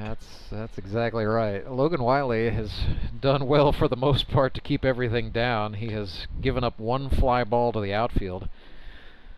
Other than that, it's pretty much been him and his infielders today. Facing Michael the Showman Doman. Well, and he's going to want to, I mean, Logan's mind right now is get this out. Yep. He wants this one because the next inning is the top of the lineup, and he doesn't want to circle back and face the top of the lineup. For Wiley, 3 times in one this is game. the go-home inning. This is the 5th. Yeah. So he's trying to set up his successor. Yeah. Whether that's going to be Harrison Waters or somebody else for the Mets. I haven't seen anybody warming up, so I honestly couldn't tell you. No, that lends me to believe it might be someone who's on the field right now, as that was nicely framed by Hazelhorst on the down and away. 2-1 now to Doman.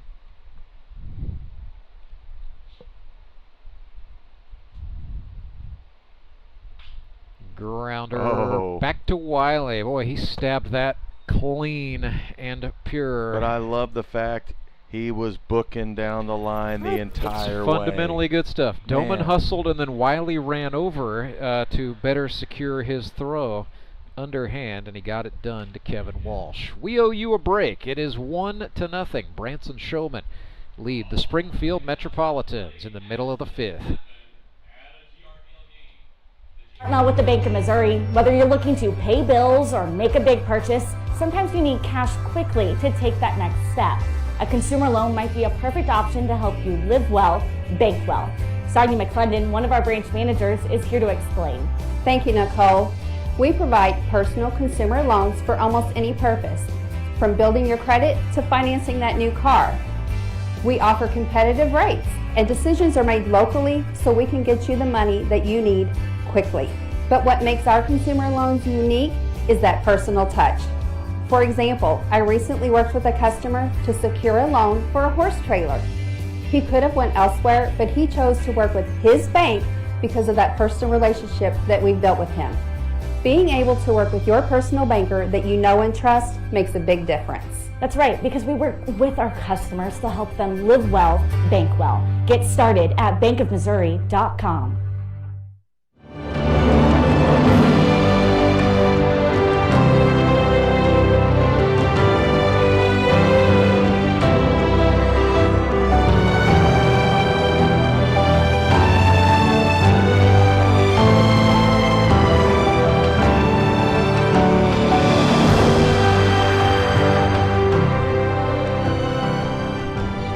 Trey Turner back for a 5th and final inning of eligibility on the pitcher's mound. I suspect the move after this for the Showmen will be for Turner to go to third base, and we'll probably see Cooper Kiesling has typically been the first guy up, but hey, we may see something else. Jacob Carlson may have a surprise waiting for me.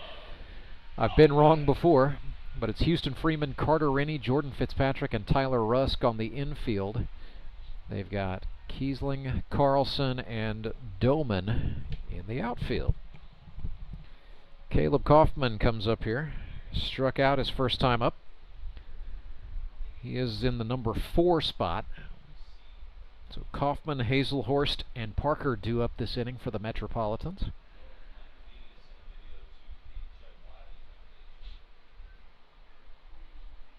Being the 5th and final inning for Trey, I look for him to really try to just go 3 up, 3 down as he does every inning.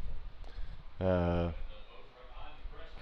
I would be kind of shocked if he isn't. Like right now, he's throwing good sliders, good breaking balls. Wouldn't be surprised if maybe these 3 he might try to put a little bit more mustard on it to finish out the day. It all depends on how he's feeling. Certainly with 9 strikeouts, seems like he's feeling just fine. That was a fastball, 93. Something with his hand positioning looked different there. I can't quite put my finger on it. Well, it fooled me and it fooled Caleb Kaufman.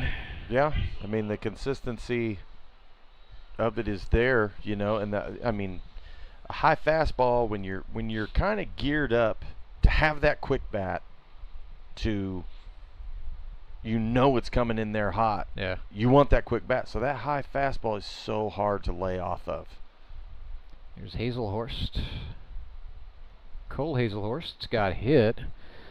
Say a quick thank you to his sponsor, Hazelhorst Properties. And now a debate. Did he get hit on the hand? Yes, he did. He's being awarded first base. But when it's a high, you're seeing 93, 94, 95. That high fastball, one of the reasons you swing at it, and it's amazing how fast your brain can actually work. That ball could be halfway to the plate, and you can have the literal thought of, if I don't swing, that umpire's he's gonna call it. He's not gonna call it a ball for a high fastball. And we've all sat there and dealt with them, And so you kind of have there's a neat little way of thinking about how, when it comes to fastballs, when it's high, let it fly. Like just let it fly by you.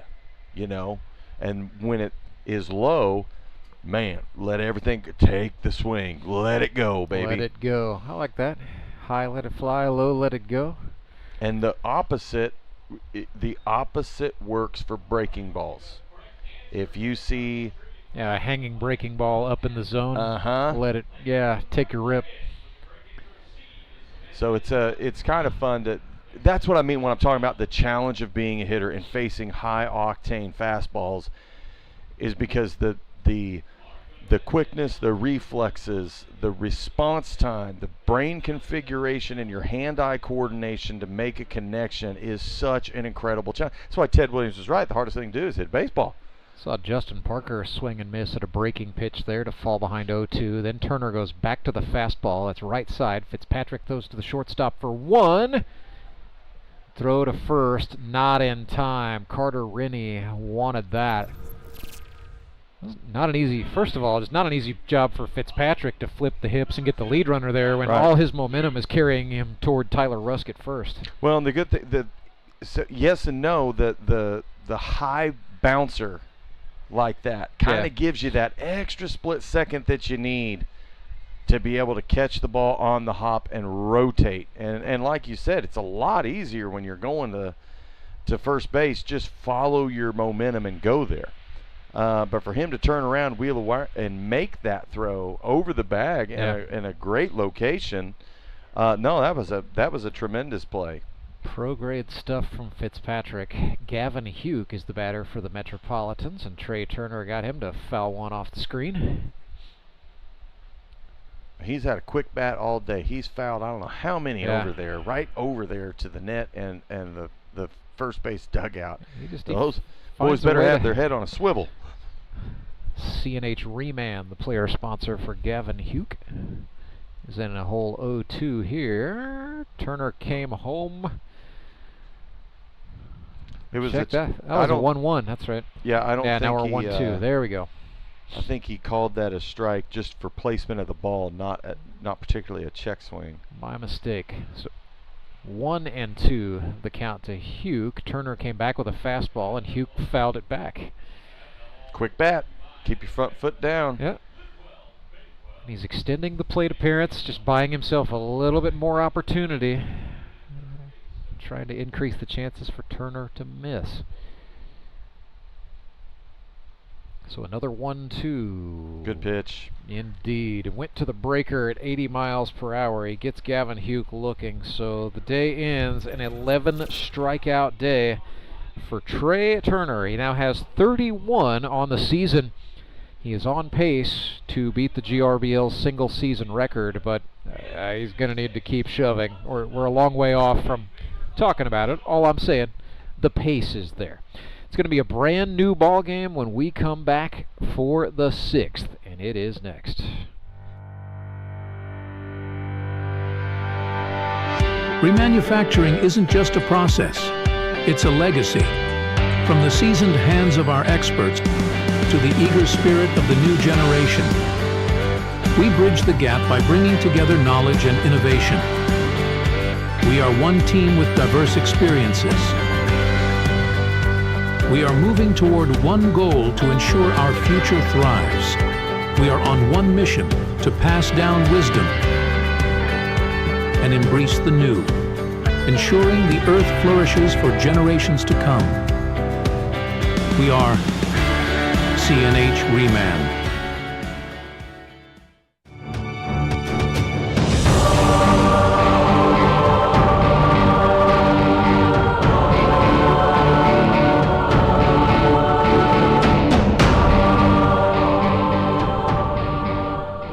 The score, Branson Showmen lead the Springfield Metropolitans. It's a Henry's Towing pitching change for the Mets. They bring on left-hander Harrison Waters. He is sponsored by Waters Cinema. First pitching appearance of 2025 was a rough one. 1 inning, 3 earned runs on 2 hits, walked 3 batters, and had a strikeout. He threw 27 pitches. Harrison by trade a videographer for Associated Electric and then runs his own company on top of that. He was a Sunday pitcher when he was a college athlete with the Drury Panthers from 2007 to 2010. Pitched 222 and 2/3 innings as a college player. Struck out 130 batters and picked up 17 wins for the Panthers.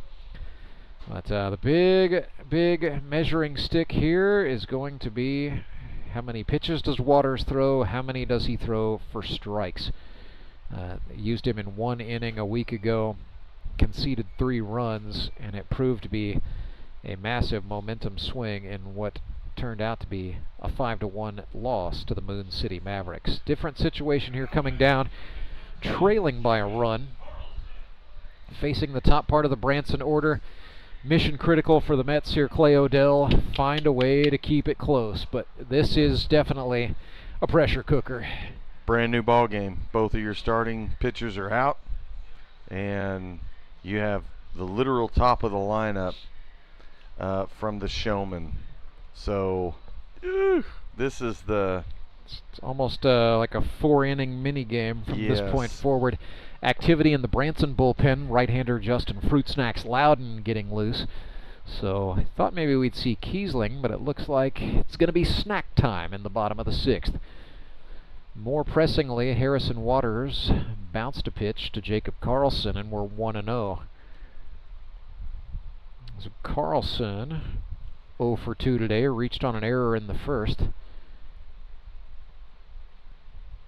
Swings and lifts this one out to right. A little bit of directional hitting there for Jacob. It's going to be extra bases off the wall and right. Great job by Carlson to take a look at that to see what the fielder was doing. And he woes up at second base, stand-up double.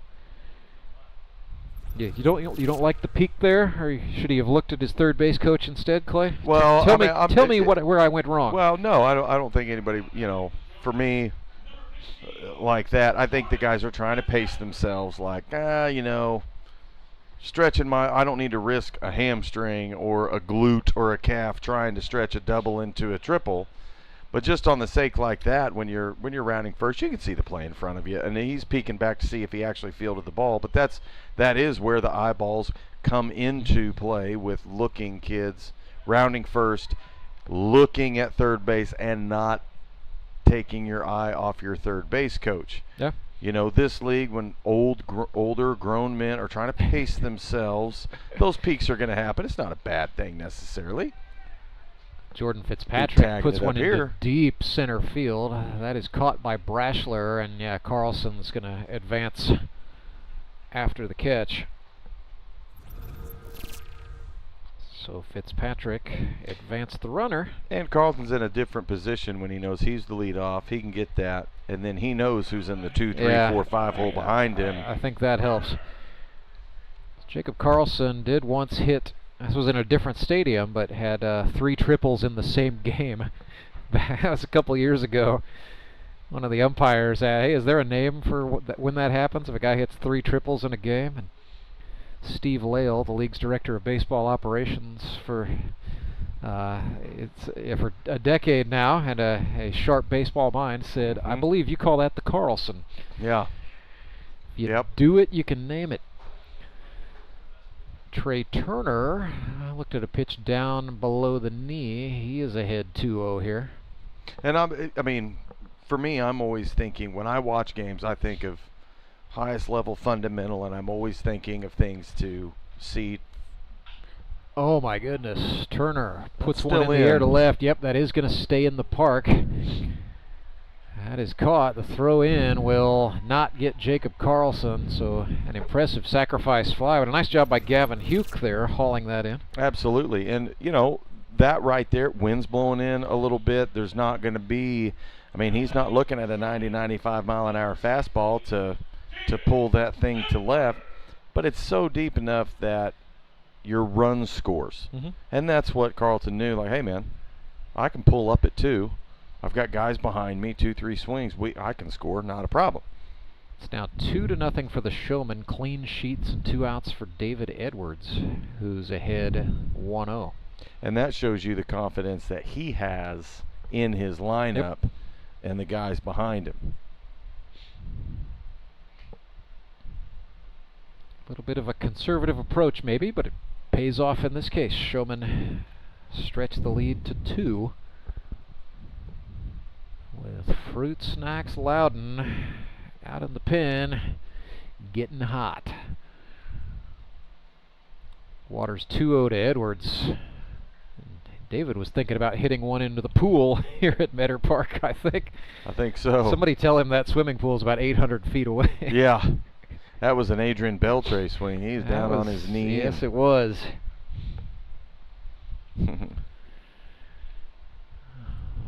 2-1 now, and Waters ran him in. It's a fielder straight away. Hazelhorst out to talk about something.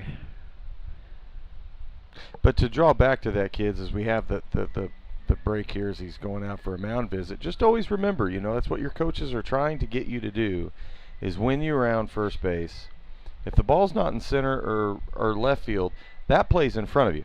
When it's right field, the ball starts to get behind you. And that's all the more important when you're rounding first base. Pick up your third base coach, okay? And always, always hustle. Always hustle. And if you don't, because you're afraid you're going to hurt something, you need to let your coaches know. Don't try to play the tough guy and sails one into left field, but Yeah, that is that's foul. gonna tail foul out of play. There's a difference between being hurt and being injured, and if you're nursing an injury, be careful. But at the same, you have to communicate that to your coach, and don't be afraid to communicate that to your coach. But if you're on those base paths, kiddos, don't just run the bases. Be a smart base runner, and use your head, keep your eyes in front of you, and do whatever you can to stretch that double into a triple. Payoff pitch, David Edwards fouled it back. I like that approach from Waters, kind of attacking in on the hands there. I don't know if he's truly controlling that, or yeah. I mean, I didn't get to see him really warm up, so I just don't know where his warm up and his confidence is in spotting pitches. Went to the breaking ball there, and Edwards fouled it off late. Yeah, I think that's command was definitely the story for Harrison's first outing last Sunday. He's trying not to let it be the story this time. His job is to just be the bridge to Clay Murphy, and he bounced it to put Edwards aboard. And this can really show you how important, especially as we get older, our bodies, they stiffen up, they tighten up, we lose our flexibility, we lose our mobility. To come out into this league and pitch, you do need to warm up and get loose. Like, take care of your body, because it does not take a whole lot to tear one of your rotators or tear a labrum, or you just name it. Especially when those joints were manufactured sometime in 1980 something. Yes. Thank you for that reminder there. Yeah, hey, you and me both, friend. Yeah. So here's Jared Fox getting a little bit of an extended walk up. Well, I think every time when I was playing the last 2 years, when I hit the ball into the gap and I'm headed to 2 or headed to 3, my wife was in the stands the whole time, and all she was going, don't tear a hamstring, don't tear a hamstring, don't tear a hamstring, and you never know. Fox took a little bit of an inside-out cut out into right field. It goes. Grant Cundiff is there for the Springfield Metropolitans. Made the catch. And they get Harrison Waters out of the inning, not before the Showmen score a run. A double by Jacob Carlson, and then a sacrifice fly from Trey Turner made it 2-0. We'll go to the bottom of the 6th, and it will be snack time when we come back. I'm Nicole Cartmel with the Bank of Missouri. The risk of losing your hard-earned money to scams is real, especially the scammers sending out fake communications. And that's why we're talking to our Director of Fraud Mitigation, Corey Gerstenschlager. He's got some good practices to help keep your money safe. Thank you, Nicole. Yes, often we're seeing that people are being contacted by scammers through text message, phone calls, or emails, posing as legitimate companies or even your bank, trying to persuade you into providing sensitive information like passwords and things of that nature, sometimes even asking you to send them money. If you receive any kind of communication like this and you didn't ask for it, that's a good red flag that it isn't legitimate. So when you have those situations, get an actual number that you trust for that company, call them and verify the accuracy of the information that you're receiving. Good rule of thumb is make sure to check your accounts frequently and report any suspicious activity. Thanks, Corey. At the Bank of Missouri, we help you live well, bank well.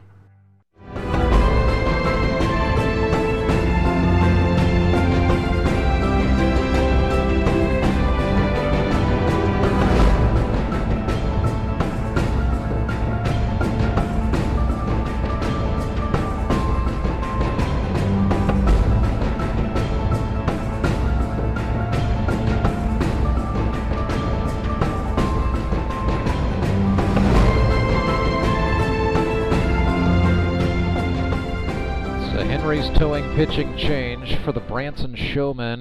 Their starter, Trey Turner, went the maximum allotted 5 innings.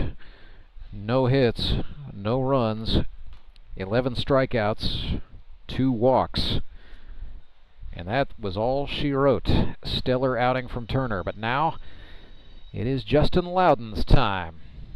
Fruit snacks from Lebanon, Missouri, sponsored by the Twin Crescent Drive-In Movie Theater in Buffalo, Missouri. By day, Justin Loudon works for Tracker Marine's White River Group. He has been part of the Grip and Rip off and on throughout the years. So far in 2025, 2 innings, he's allowed 3 earned runs on 1 hit, 1 strikeout, 3 walks, and 1 hit by pitch. He threw 49 pitches in his first outing. That was back week 1.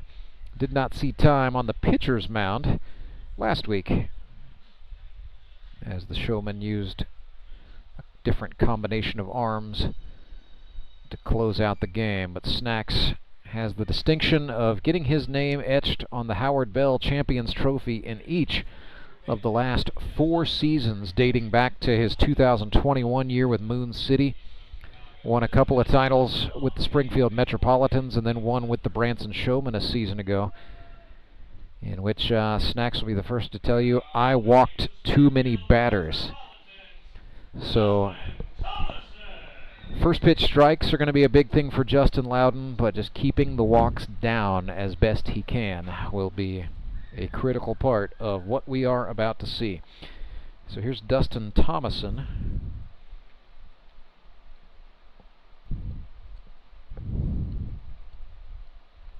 Known Fruit Smacks just has a nice smooth delivery.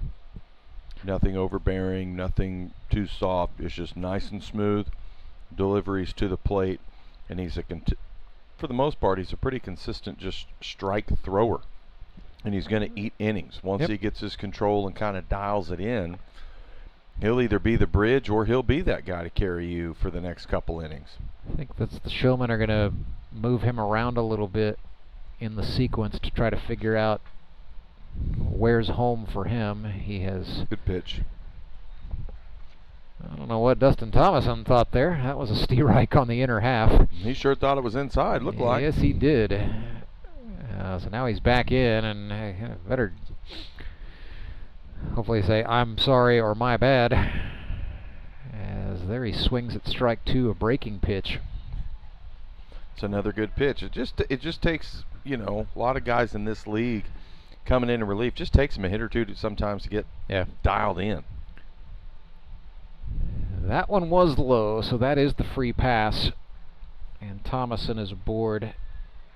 You've seen that before, right? The bullpen mound is different than the mound on the field. Goodness, you know, the visuals are a lot different. You could say distance is the same and home plate's the same size, but yeah, it is different when you're out in there. Yeah, I threw for 1 inning last year, and I hated throwing on that rubber. I wanted dirt. But I mean, that's just the way it is now. That's the way they make them all now, and it's kind of unfortunate. To a certain level, it's unfortunate. I think if I had a good pair of turf shoes, it wouldn't have been a problem. But you were slip sliding a little bit? Well, a little, yeah, and it felt really funky to me being in molded cleats, stepping on the turf like that, and that's why I was anxious to hear what Coach's answer were on, you know, does Drury wear metal spikes, you know? Game day only, because they try to baby the turf around a little bit, and of course metal spikes are not allowed in the GRBL. They ask the players to wear turfs or molded cleats. 2-1 pitch goes inside and got away from Jared Fox. That will send Thomason motoring up into scoring position. And look out, tying run at the plate here for the Mets, by the way. Well, if we can get, if the Mets here can get a base hit, and they're, I mean, opposite field, and they make it a 1-run ball game, I mean, this could really be a unbeknownst to anybody, a bottom of the 9th type of clutch game, clutch type of situation, and those games are always just, to me, the most fun, unless we have a blowout by like 10-15 runs, and then we can go into story time. But other than that, we want to keep it close. Those are great. Close games are always just easier to work for a lot of reasons. At least from our standpoint. So here's a 3-2 payoff, and Kevin Walsh reached out, a nice poke and a spectacular grab by Carter Rennie. He used every spring in his leg that he had to get up for that one. That was a great jumping play. Those are always fun to see. Good grief. Rennie got all the way up there. But a great job, and what that does is that keeps Thomason in place at second base, puts the out on the board, gives Loudon a little bit of wind in his sails. That's a good play for many reasons. Here's Grant Cundiff, pinch hitter for the Metropolitans, sponsored by C&H Reman. Well, what was so good about the base running there is the fact that he turned around to watch the ball get through. And on a line drive, you got to freeze. And you know, if the ball's up, you might be all right. But when it's close and you think somebody could jump up and snag it, Cundiff launched that one. It went into foul territory. Yeah, but that's a catch for the Showmen. What a job. That is Chris Leggett out there in left field. That's helping your pitcher. Yes, it is. That's helping your pitcher right there. Good. That's a great play. A great play. You know, and look, you got a guy on second base. You're running down to the left field side down there. You make the catch. You want to equally come up firing to third, and that's exactly what he did. Hit the cutoff, get that ball in, so we don't have him tag up and move. I just very quietly took care of a dangerous hitter in Grant Cundiff. You know, it doesn't get easier here for Justin Loudon against his former teammate Clay Murphy. But man, as a pitcher, I would imagine when you see the boys make plays like Carter Rennie and Chris Leggett just made, it makes you a little more fearless to attack the zone. Yes, it does. There's nothing more frustrating as a pitcher than when your defense makes errors and doesn't back you up. Murphy grounds one to third. Turner up with it. Rifle, scope, ba-boom. Murphy is out. And so Loudon gave up the walk to the first batter. And then the boys behind him got it done. 2-0 is our score. Back with more Grip and Rip baseball right after this. Now I have all my HVAC has been upgraded. Everything's working smoothly. You know, again, that's why I use All Clear. I'm Bruce Porter. I own a company here in town called the Resource Center. We do insurance and financial stuff. So I'm not a plumber. We're busy. We have a really good staff. Just like Garen and his team, you know, we try to make a difference in the world. The last thing I want to do is be having to close my business because my plumbing doesn't work. When you use other companies, sometimes you'll get an accurate quote, and sometimes they'll have to come out more than once. And then it seems like you're always paying for this, that, or the other. So when you have somebody you can trust that's going to take care of your units or fix your plumbing when it's down, that's why I use them, because I can call them and they'll fix it. And I never have to worry about pricing. I never have to worry about what if I need them to come back. They've always been willing to come right back out and make sure it's right. We called All Clear, and I'm glad we did.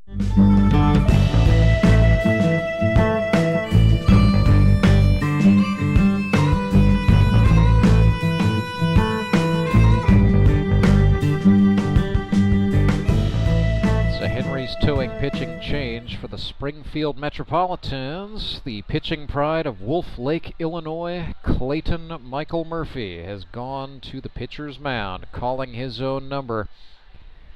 Murph in 2025, 2 innings. He's given up an earned run on 2 hits, struck out 3. Last outing he threw 27 pitches, 21 of them for strikes. Came into the season a 5-year career in the GRBL. 136 innings pitched with 193 strikeouts, a 1.39 ERA. So Clay Murphy now sitting at 196 Ks going into this game.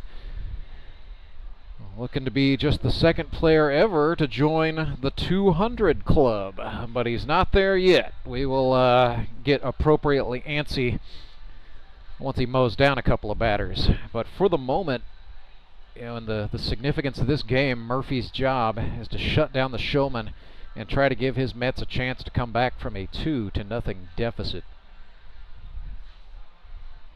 Robert Fackrell has come on to play third base for the Mets. They bumped Caleb Kaufman over to shortstop. Still Dustin Thomason at second, still Kevin Walsh at first, still Cole Hazelhorst behind the plate with Brashler, Waters, and Cundiff in the outfield. As far as defenses go, that's not a bad one. You look at the Mets and their defense and their pitching, and you think, man, why are they struggling? And it's like you said, they're not scoring runs. They're not scoring runs, and it's like when they get to that point where they turn that tide and they start spraying the ball field and driving some gap shots and running the bases, and scoring runs, they're really going to make themselves a serious threat again. Dustin Phelps pinch hits for Branson, swings and misses. Had a Clay Murphy fastball to get us started. Phelps, the cardiac cath lab nurse from Branson, Missouri. So wearing the hometown colors here. Well, not quite hometown. Phelps, I don't believe he is from, no way, he's from Rolla, Missouri originally. So he's an old Rolla Bulldog now wearing the adopted hometown colors. There you go. I'll straighten it out. 1-2. I love Clay's approach. It's always just it's pure attack mode. Even if he starts, if he comes in and closes, as he punches him out with the curveball. I mean, it's a locate and spot fastball, mix in some breaking balls. But once he gets 2 strikes on you, good luck guessing which pitch he's going to throw. You have to just pick one, and be sitting on it. Like, hey, I think he's going to throw a slider. I'm sitting on the slider. Even then, good luck. Yeah. I'm going to sit on a curveball. And even then, you're not guaranteed you're going to get that pitch. Justin Loudon was sitting dead red. Sends a dribbler up the middle, but a little spinneroony from Caleb Kaufman got the throw over to first in time. I'll say Loudon has been Murphy's teammate enough to know. He certainly watched Clay pitch enough to think, okay, fastball's probably coming here. Didn't do a bad thing there, just got a little unlucky at the tail end. When you see him so many times and you know their strengths, their weaknesses, their habits, their routines, the probabilities and plausibilities, you just start to narrow it down and start to pick pitches to sit on. The thing that becomes important at that point is hitting that pitch. Yeah, you still have to execute it. Easier said than done. King Owens bent the knees and looked at a called strike 1, so we're even 1-1. As the parade of subs continues. King fouled that one off. He's sponsored by TryGetaways.com. That's TRIGetaways.com. I've seen King, he never just has one full-time job. He's got to have at least 2 or 3 going at any given moment. So can't sit still. Runs a landscaping company and a rental property management group. That's TryGetaways.com. Swinging a chopper to the shortstop. Kaufman again answered the bell a couple times that inning, but did so, and the Metropolitans go 3 up and 3 down. Clay Murphy's got a strikeout, and the score remains 2-0. It is the Sumit's Hot Yoga 7th inning stretch. And we will take a deep breath with you, stretch it out, come back, and bring you the bottom of the inning right after this. I need a change. My workouts are too boring. Oh, I've got an amazing workout for you. Hot yoga. I've lost weight and I'm more flexible. Try our community classes for only $8. Sumit's Hot Yoga. You are going to feel awesome. Take a breath. Here's your Be Well moment with Burl Behavioral Health. In a world that requires us to be in constant motion, we can focus on moving our bodies in ways that restore us instead of deplete us. Let's listen to our bodies and briefly stretch in ways that fit what we need. Take a deep inhale and a long exhale out as you gently stretch your neck, your shoulders, or your arms. We deserve to build physical rest into our daily routines. For more wellness, visit BeWellCommunity.org.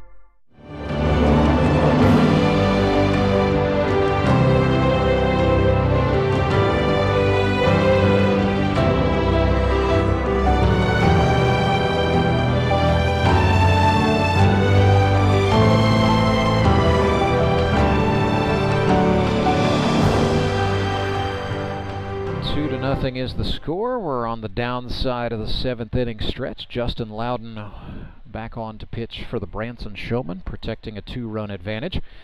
Earlier today, we saw the Nixa Suckers improve to 2-1 with a 7-0 victory over the Moon City Mavericks, knocking the Mavs to 2-1. So Moon City still in first place in the GRBL North and will remain in first place in the GRBL North at the end of today, regardless of what happens in this ballgame or what happens tonight on baseball night in the Ozarks when the Mountain Ducks play the Republic Locos. But a little shake-up for the Suckers, perhaps.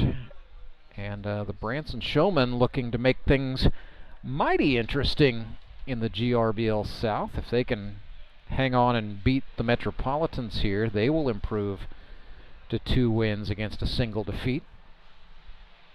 Maybe another one of those years where it comes down to head-to-head, or even the next tie-breaking criteria, which is fewest runs allowed. Showmen not in danger of winning that contest, so they're going to need Justin Loudon to settle down and get some outs here. Yeah. This Branson team not used to these 2-0 barn burners. They've been scoring a lot of runs in bunches, so credit the Mets for staying close with them. That's exactly what they had to do. Sure, and it takes 1 inning. Yep. For the Showmen to, I don't want to use, and I'm not trying to over bolster them or dishonor anyone else. It takes 1 inning for them to annihilate you. Yeah. And make the run gap so big. There's I mean, you got it's a cricket fart and a stiff wind of a chance to come back and beat them, you know. So that's where the Showmen are just dangerous. They're a dangerous team. Lots of power, lots of speed, lots of good pitching, everything. So to be a 2-0 ball game right now, bottom of the 7th, for Fruit Snacks, get through this inning quickly and try to give your offense as much time. Yeah. You know, 2 more innings, boys, to slap more on there, because you never know. Yep. This could be one of the days where the Mets they put 3-4 runs on an inning, and it could be in the 7th, 8th, or the 8th or 9th, but because they're held. Yep. 3-0 to Brashler is a called strike. So Loudon falling behind the first batter once again. A little replay of what we saw back in the 6th, or in the 7th rather, excuse me. No, this is the 7th. That's a replay of what we saw in the 6th as he walks Jared Brashler. So that's twice now Justin Loudon has walked the first batter of the inning. It's going to bring up Harrison Waters batting in the number 3 spot. Sponsored by Waters Cinema. Dirty Harry. This is what I mean for Fruit Snacks right now. He wants to get through this. You don't want to give the Mets a chance to tie it up. I mean, I know you've got still 2 innings left of offense from your team, but you don't want to give that team. No, you don't want to rely on that, certainly. No, any bit of confidence. You give them confidence, man, it's going to make it interesting. It's 1-0 to Waters after Loudon missed outside. Runner takes off. Bouncer in the dirt. Fox's throw is offline. Timing wasn't bad. Location wasn't it, so it's a stolen base for Jared Brashler. He kind of hesitated as a pop-up on that throw. I don't think he got the proper grip he wanted. That's the thing there, you know, stealing a base with a left-handed batter in the box. It just cost that catcher a fraction of a second. And we see it there. It pays dividends for the Metropolitans.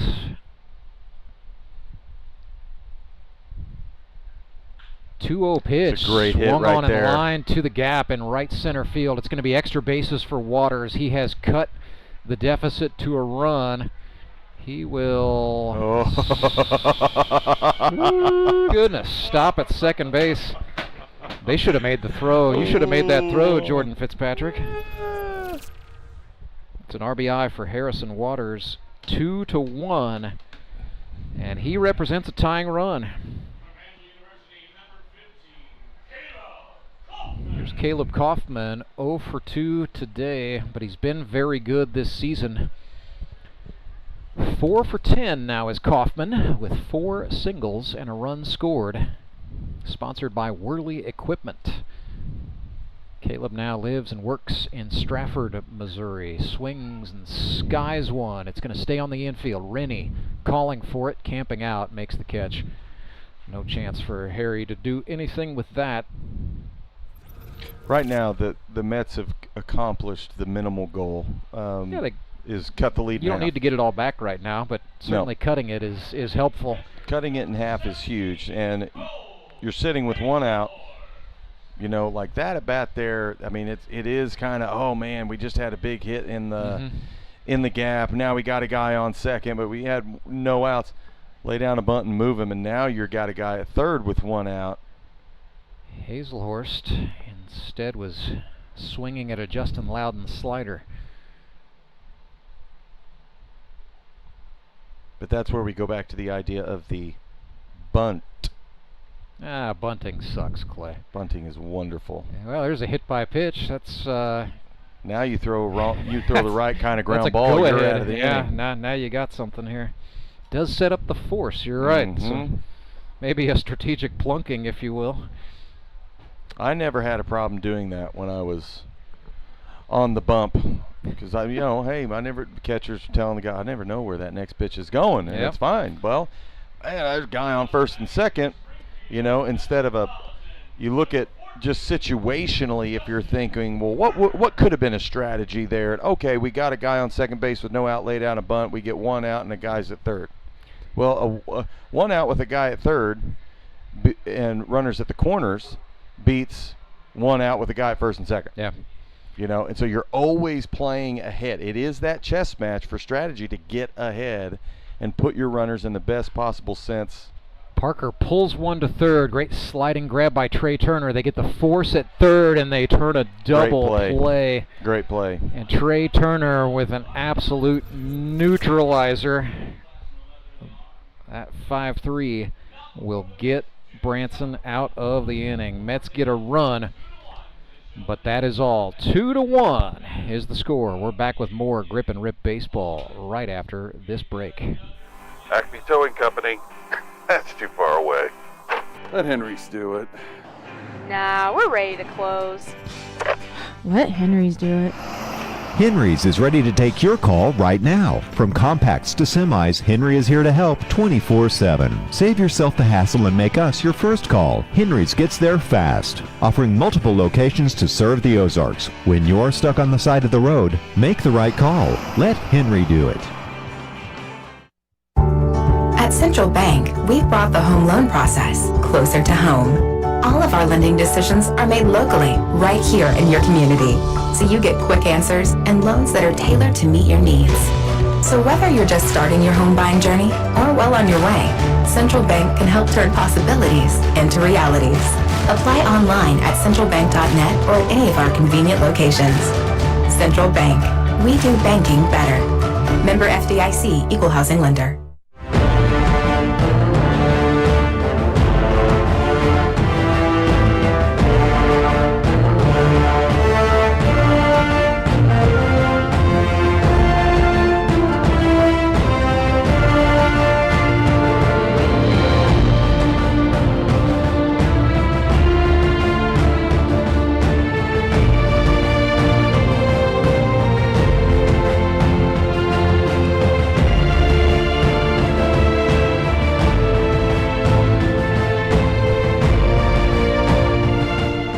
Clay Murphy back to the pitcher's mound for the Springfield Metropolitans, who have cut the deficit. But man, Trey Turner delivered a dagger, a double play.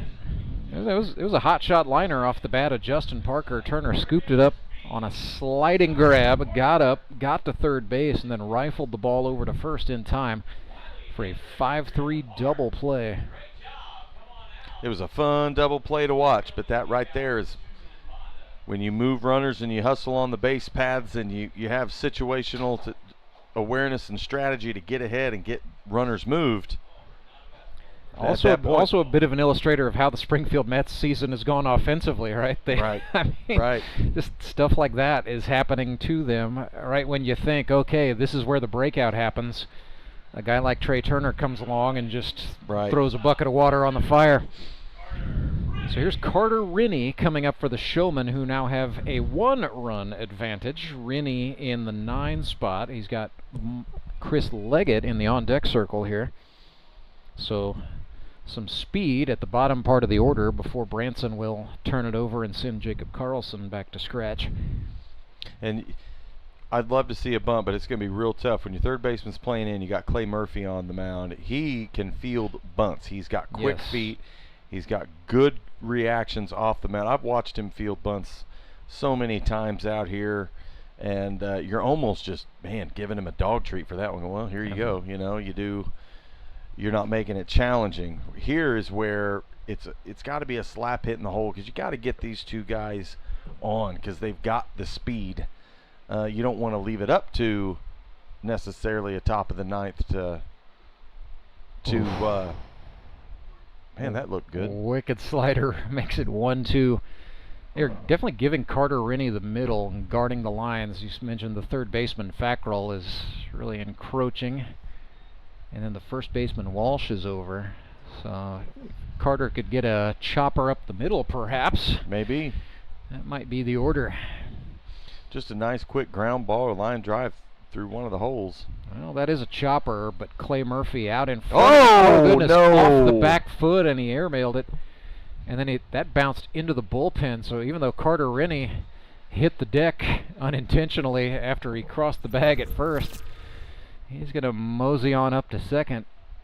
And that's what you don't want. And you're right. He was going back, fielding it on his back foot, decides to kind of throw it off his back foot like a shortstop, not over the top, maybe like a pitcher. Sometimes it is amazing when you get sweat on your hands and you're kind of in a motion of movement as opposed to forward progressing like pitching.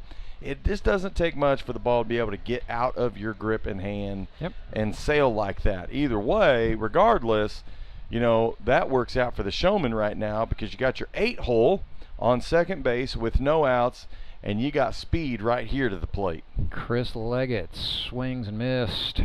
He is sponsored by Handyman Rentals. Leggett 1 for 3 on the season with an RBI, 3 runs scored. He has also drawn a pair of walks. He's taken pretty disciplined plate approaches here in 2025. If he can put the ball to the other side, move his runner, either same thing equivalent to like a sacrifice bunt on the right side, but at least he pushes it, gets his runner third. You got your 1, 2, 3, 4 hole guys coming up. It's like, let those big boys eat, because you know they're hungry. And this is the inning for Branson. They want to make sure they put the dagger This is where you can buy insurance, because this is the right part of the order to do it. Full agreement there. Murphy winds and fires, and he missed inside.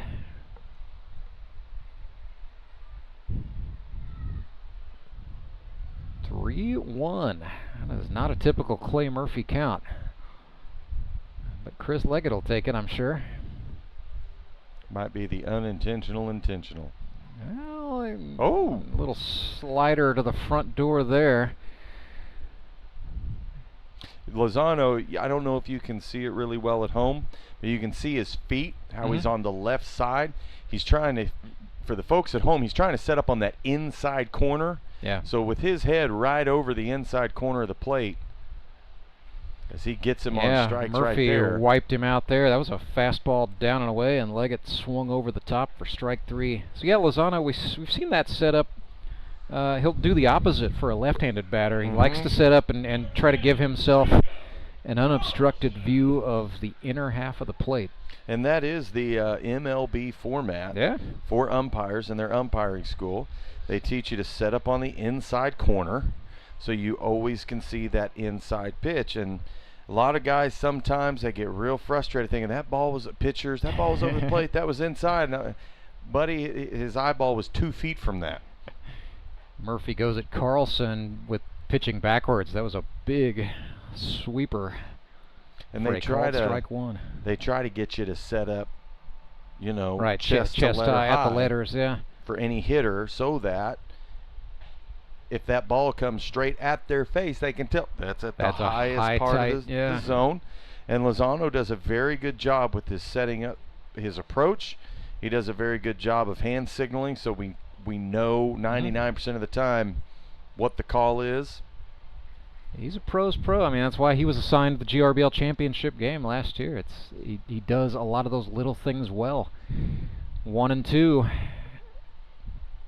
Gonna get new umpires for the night game, by the way, Clay. So all this kissing up you're doing is not gonna do anything to help the Mountain Ducks. I ain't kissing up anybody. Just kidding. Chopper up the middle. Thomason with it for the Mets. Throw is in time. Carlson tried a bit of salesmanship, but Edward Browning not buying on the base paths, and then he had another safe call as Carter Rennie dove back at third, and then maintained relations with Rob Fackrell a little bit too. A little friendly chatter, I think. That's all that was. Just to be clear, I don't kiss up or butter up. No. I was being very facetious. No, I figured you would, but I want our folks at home to know. Well, let me be clear. Yeah, when Claybo's out there. Claybo is not a teacher's pet kind of guy. No, if the umps are wrong, I'll do it very respectfully because I don't want to get thrown out. But that's the only reason I do it is because I don't want to get thrown out. And at this league, there are kids in the stands, so if we disagree, not wanting to think that it is cool for kids or anybody to really get lippy or disrespectful. Is a high fly ball to center field way up there. Harrison Waters. I don't want them and makes the out. to think it's okay to get disrespectful with your authority out there, and the umpires are the authority, and they're out there doing the best they can to make the right call. They might get it wrong, but they're trying hard, and just like when you're coaching kids when they play, if you're hustling and doing your best, I'm not going to get mad at you. Yep. When these guys are hustling and giving their best, we're not going to get mad at them. So, and there's no point in losing your cool. It's more important to have fun, be respectful, and always carry the reputation of being a respectful coach and player. So that's my philosophy. Very well said. We will pause 30 seconds, come back, and bring you the bottom of the 8th. I lost track of where we were there, Clay. I was so inspired. We're back to the bottom of the 8th right after this. Take a breath. Here's your Be Well moment with Burl Behavioral Health. In a world that requires us to be in constant motion, we can focus on moving our bodies in ways that restore us instead of deplete us. Let's listen to our bodies and briefly stretch in ways that fit what we need. Take a deep inhale and a long exhale out as you gently stretch your neck, your shoulders, or your arms. We deserve to build physical rest into our daily routines. For more wellness, visit BeWellCommunity.org.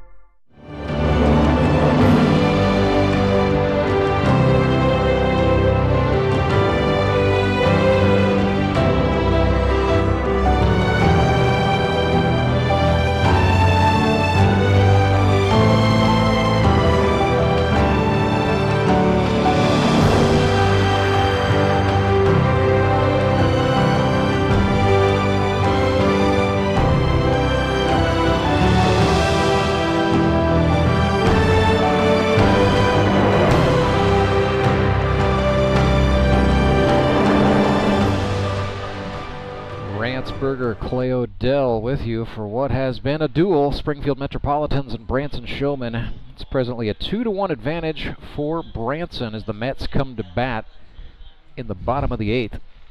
Justin Loudon still on the bump for the Purple Gang. A third and final inning of eligibility for Fruit Snacks here, facing Robert Fackrell. I was going to ask. I thought this would be the because it's a 5 inning and you get another pitcher that gets to go 3. Right. Then you have to come up with a closer. Yep. Which that's the approach. That's just I don't know. That's conventional thinking right there. That's old school GRBL. I've always loved as he gets strike 2 on that one. Yeah, that was a nice. That had some drop to it, didn't it? Sure did. I loved starting pitching, but man, there really was something about closing a door that there's no other feeling like that in baseball. Loudon, right after he threw a butte, I think he tried it again and he bounced it off Jared Fox's face mask. Sure did. So I'm not seeing anybody up in the pen for the Branson Showmen. So that might mean Think Carlson will come in? I don't know what that means. We'll wait and see. Oh. We'll take a wait and see approach with everybody else. I was looking. They are not. They're not using Cooper Kiesling in a fielding position here. He is in the Branson dugout, but maybe he's just hanging out. I don't know. Yeah, man, I tell you what, Fox is having a good game behind the dish today. I think only maybe one, maybe two has been able to nick or ricochet by. He didn't get the grip he wanted earlier on the throw down the second, but other than that, you got to give, some love to your catchers in this game because they're just the unnoticed, unsung heroes, Where a guy like Jared Fox shines is like I don't call his name a lot, and that's because he's doing a good job and he's not creating passed balls. He's not having trouble locating or framing pitches.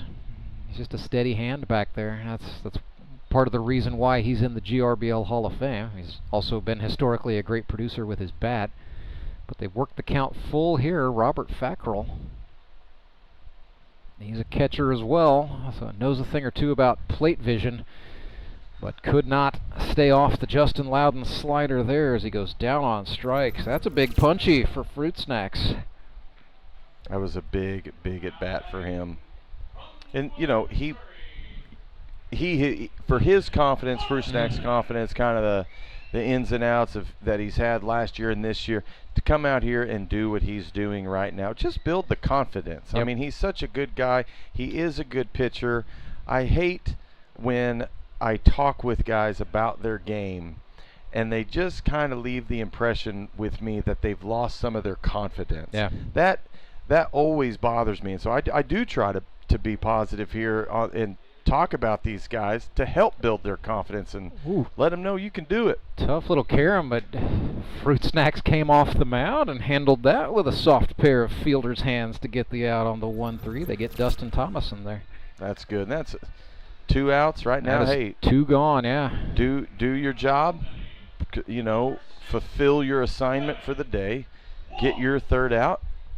And, hey, go watch the 9th on whoever's going to close it and know that you did a good job holding the fort down, Here's Kevin Walsh, sponsored by Patio. He also works for Patio. That's P-A-D-D-I-O. Loudon threw another slider at 76 miles per hour, which Walsh pulled. It's a good battle between a couple of guys who go way back in this league, so Loudon and Walsh would have played against each other all the way back in Season 3 when Justin was with Courtney Spitz's Elite Promotions team, Elite, and Walsh was a Sumit's Hot Yoga Yogi. Whoa. Those teams ended up in the 3rd place. That was back in the day when we had a 3rd place game, Clay Odell. And the boys actually showed up and played pretty hard historically. Just the fans didn't tend to show up and cheer pretty hard. So, we've let that one go by the wayside. Sometimes that's just the better route to take. Little pitch in the dirt got away from Foxy there. See, we bragged on him a little, and then that happens. Well, it's just you got to stay comfortable within yourself, not get over antsy. Nobody on, so if you're going to have that happen, that's the time for that. Well, and sometimes guys will get 2 outs on. Like you get your 2 outs, and it's the last out, it's your last inning, and they forget it's about getting the out, and they're already thinking about this is over or doing too much, and it's like, no. Stay within yourself. Right. Do what you've been doing. Execute your pitches. And just get out of the inning. Don't try to over-exaggerate the situation and complicate the issue as he draws a walk. There, 3-1 ran inside on Walsh, so he is aboard. And sometimes when pitchers get 2 outs, and they got nobody on, it's their last. They want the last out. Yeah. I want the strikeout. I want one. It's like, no, man, keep like, throwing dude, ground balls, baby. You got to dance with the girl who brought you. Yeah. Here's Grant Cundiff out of Missouri S&T, sponsored by C&H Reman. Cundiff 0 for 1 today, 1 for 7 on the season. Does have an RBI and a run scored. Had 6 hits as a member of the Metropolitans a season ago. And yeah, don't get into go home mode just yet. tying run is aboard. Cundiff represents a go-ahead here in the bottom of the 8th. He's ahead here 1-0. Loudon bends a slider. Cundiff got under it. Rennie calling for it. That wind blowing in helped. Second base, yes it did. So Carter took an interesting route, but he got there and he made the catch. That gets Loudon out of the inning. Showmen are going to have to hand it to somebody else for the 9th. We will bring you the commercial-free 9th inning on the other side of this timeout. 2-1 the score. Showmen lead the Mets, but it ain't over yet. I'm Nicole Cartmel with the Bank of Missouri. Whether you're looking to pay bills or make a big purchase, sometimes you need cash quickly to take that next step. A consumer loan might be a perfect option to help you live well, bank well. Sonia McClendon, one of our branch managers, is here to explain. Thank you, Nicole. We provide personal consumer loans for almost any purpose, from building your credit to financing that new car. We offer competitive rates, and decisions are made locally so we can get you the money that you need quickly. But what makes our consumer loans unique is that personal touch. For example, I recently worked with a customer to secure a loan for a horse trailer. He could have went elsewhere, but he chose to work with his bank because of that personal relationship that we've built with him.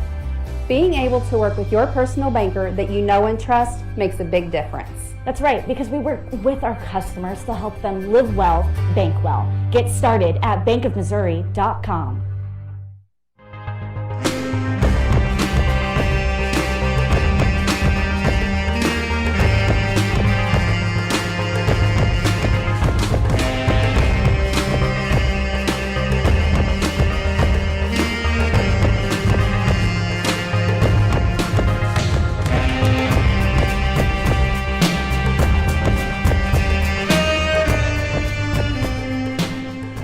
Murphy on to start the commercial-free 9th inning, brought to you by SRC Holdings, the GRBL's official media sponsor for 2025. It's been a good one.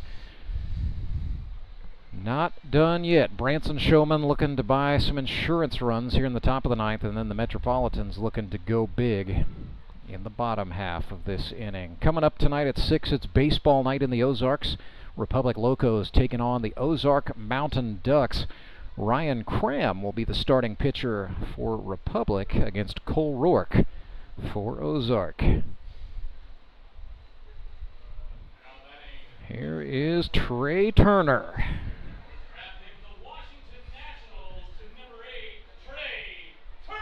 Trey going up hungry. Got a sacrifice fly in this one. He is otherwise 0 for 2. Had a loud pitching performance. He's thinking about a hit off of Clay Murphy here. A couple of old Missouri State Bears. I don't believe they were ever on the same roster at the same time, but Clay had a great story about playing pickup basketball against Trey Turner in the rec center at Missouri State University a time ago. Of course, Clay, he's from a small school, like a Class 1 school in Illinois, so he was actually he was a pretty good high school basketball player, played some guard. And he said Trey Turner was the basketball equivalent of a bull in a china shop. Put him down low. I was like, yeah, you know what, that story checks out. I am choosing to believe. Turner lifts this one in the air to left, tracking it well and making the catch. This fly boy, Jared Brashler. Just broke his bat. I think he broke his bat or caught it right, and then when Trey was walking off, he slammed he had a hold of the barrel and slammed the handle down, and it broke. So I don't know if it broke at the plate. You might have to ask him after the game if it broke after the plate, or did he get mad and do his version of Bo Jackson. So I'm mildly impressed either way. Here's David Edwards for the Showman. Either way.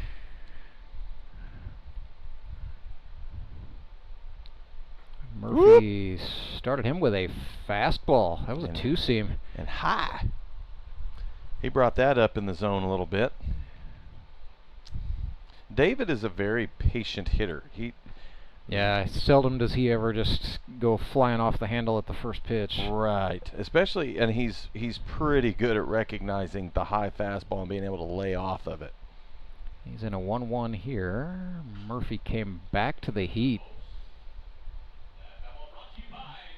Clay has sort of evolved his approach as he aged. You know, it used to be just slider, fastball, strikeout, sit down, and that was you could just count on seeing that several times as the day went on. But he's mixing more fastballs. He's even slowing it down, as we see right David there. hates that again. 72-mile-per-hour buckler.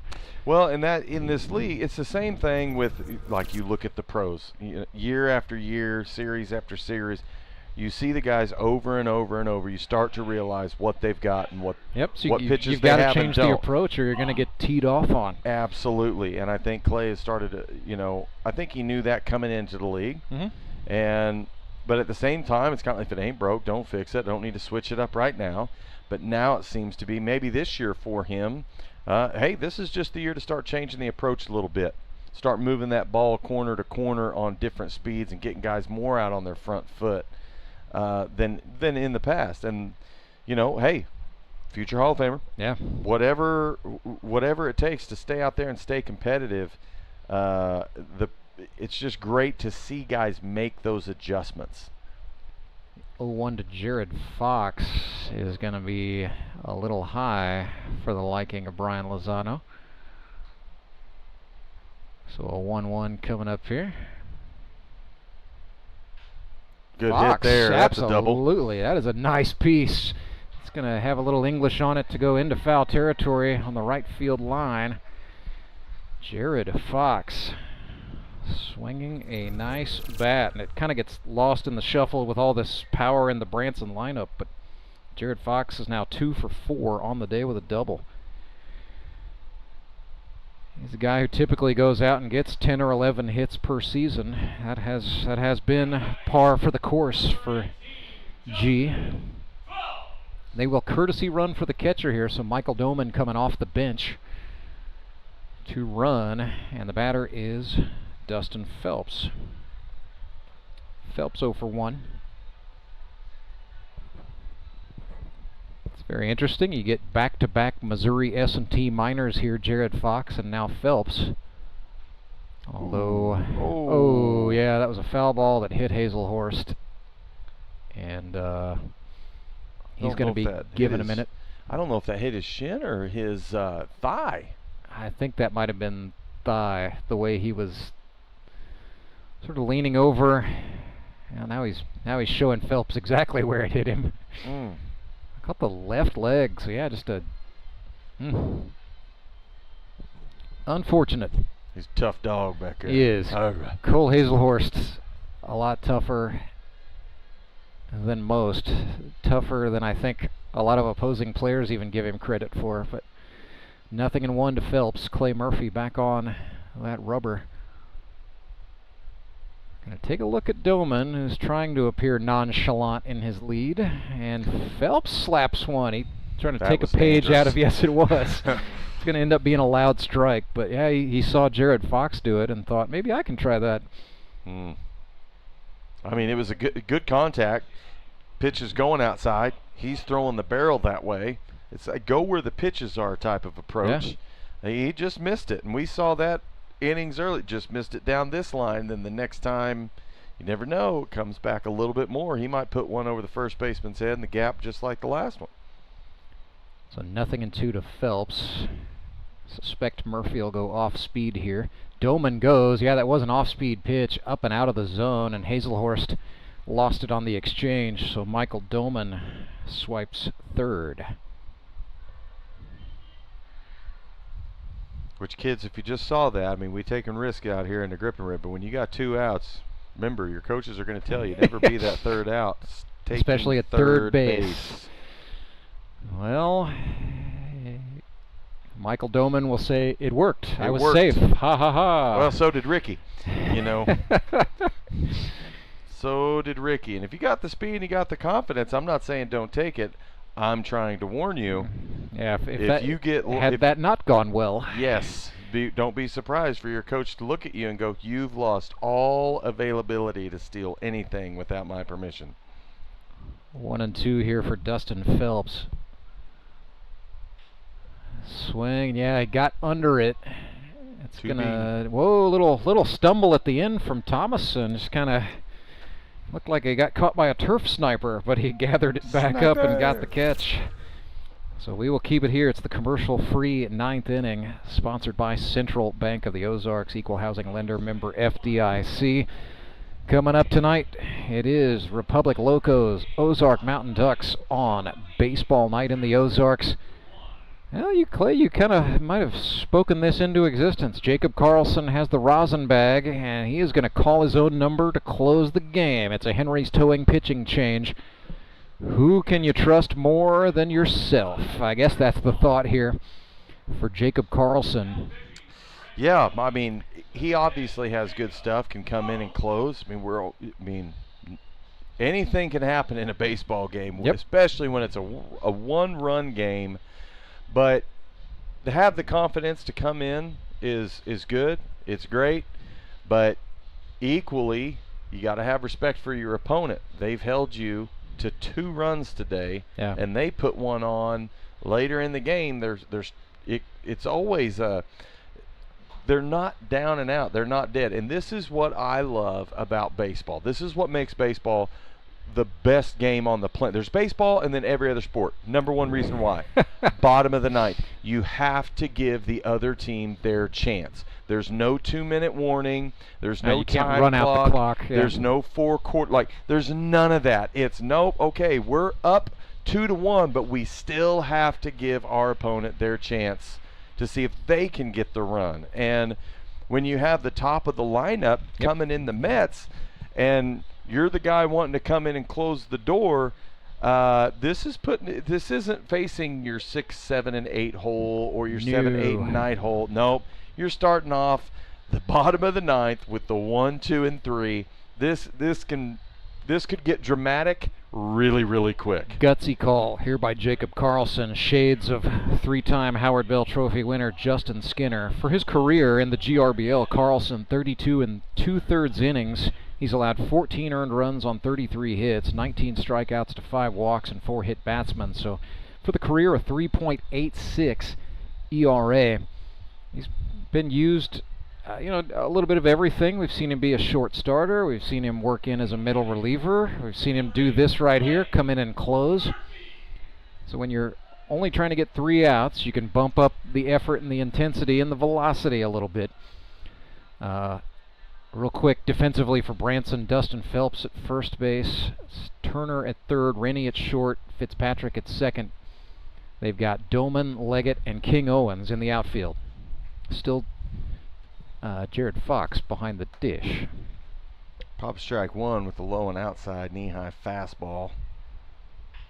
Murphy pulls that one as Carlson took something off, and Murphy swung on and drove out into left field for a no-doubt single. Kind of looked like he left that up and in. Yeah. And breaking balls up and in, you got to be careful because now your tying run is on. Yep.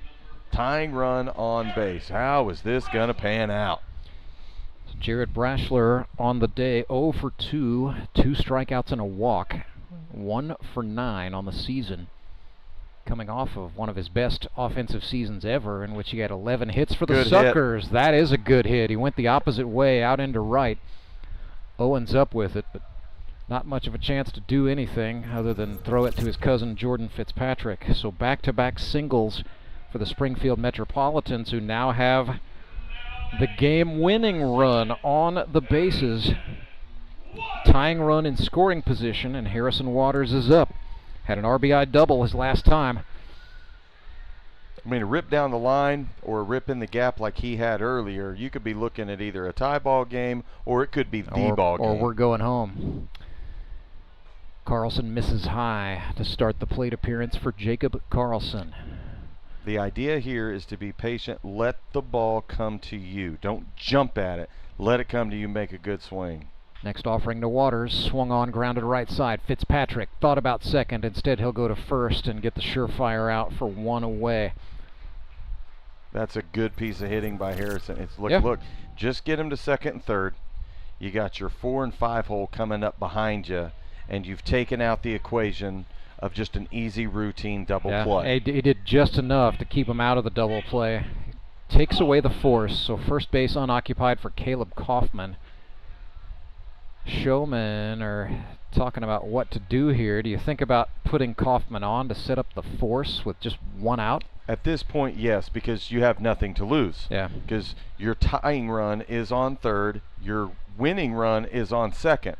You might as well, it's not like it's the bottom of the ninth. It's not like you're going to keep on going. So walk him to set yourself up for getting a double play and getting out of the inning. Exactly what they're doing. It's a free pass for Caleb Kaufman. That's exactly what Van Horn should have done against LSU when Bear Jones came up, but that's all right. I'll take it. Watching Bear tank balls like he does with an aluminum bat was fun for me this year. But so bases are chucked. Opportunity knocking for Cole Hazelhorst, sponsored by Hazelhorst Properties. Granddad probably watching this one. Bases loaded, 1-run ball game. First offering to Hazelhorst swung on, fouled off. So Cole today 0 for 2. Got hit by a pitch last time. So he's sitting on that fastball. That's what he was sitting on there to take one for a ride. I would not expect another fastball right here. Carlson got what he wanted from Jared Fox, nodded, comes home. That looked like heat, but it was low. I'm kind of surprised they don't have more of the infield playing in. Yeah, they're sort of in at the corners, but you know the middle infielders. Deep. Yeah, they're at middle infield's deep. Everybody's minus first. Bouncer low, and man, even a wild pitch would run the risk of a tie ball game. It is 2-1. Pressure on Carlson and Hazelhorst. Breaking ball swung on. Showmen fans rallying behind every strike now as it's 2-2. They are on their feet. This is the clutch situation you live for as a hitter. Oh, yeah, baby. Throw me the pill. Let me smash it. 2-2 swung on. This is in the air. It is into shallow right center. Fitzpatrick back. He caught it. Runner will tag up. They're going to go for it. And we are tied. Clay Murphy heads up, tag up. He comes home. That ball carried just enough into the outfield. And the throw is a little offline. A gutsy job by Murphy to send it, but he did well to score there.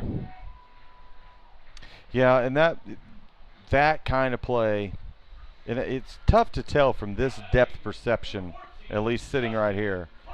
Fly ball up like that, right fielder's got to be booking in to have that momentum to catch that ball and fire a rocket to home, as opposed to your second baseman drifting back. So with runners on first and second, this is in the air. Could be trouble. Carter Rennie camping out, and he makes the catch.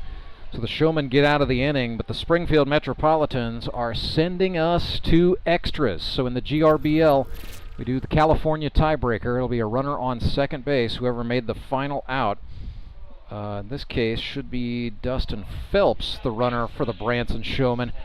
There'll be no outs on the board, and both pitchers will be able to stay in this. So it'll be Murphy for the Mets and Carlson for the Showmen, if it holds up as we think it might. We'll break it all down for you when we come back on the other side of this break. Extra innings are next. Sandra Henry started Henry's Towing nearly 5 decades ago. Customers knew that Henry would be the guy coming to help. People would call and ask to let Henry do it. And as Springfield has grown, our family has grown as well, so there's always someone around to come help you out. Everyone at Henry's is a member of the family, fully trained and as dependable as the original. With a family this size, help is always right around the corner. So if you find yourself in need of roadside assistance, remember to call the name you've grown to know and trust. Remember to let Henry do it! Did you know that Conoco gas has 3 times more detergent additive than the minimum required by the EPA? And 30% more than the top-tier detergent gasoline standard, recommended by major car manufacturers. Other alternatives contain unwanted deposits that can build up on fuel injectors and intake valves, robbing your engine of performance. More quality in every drop. Only at your local Rapid Roberts.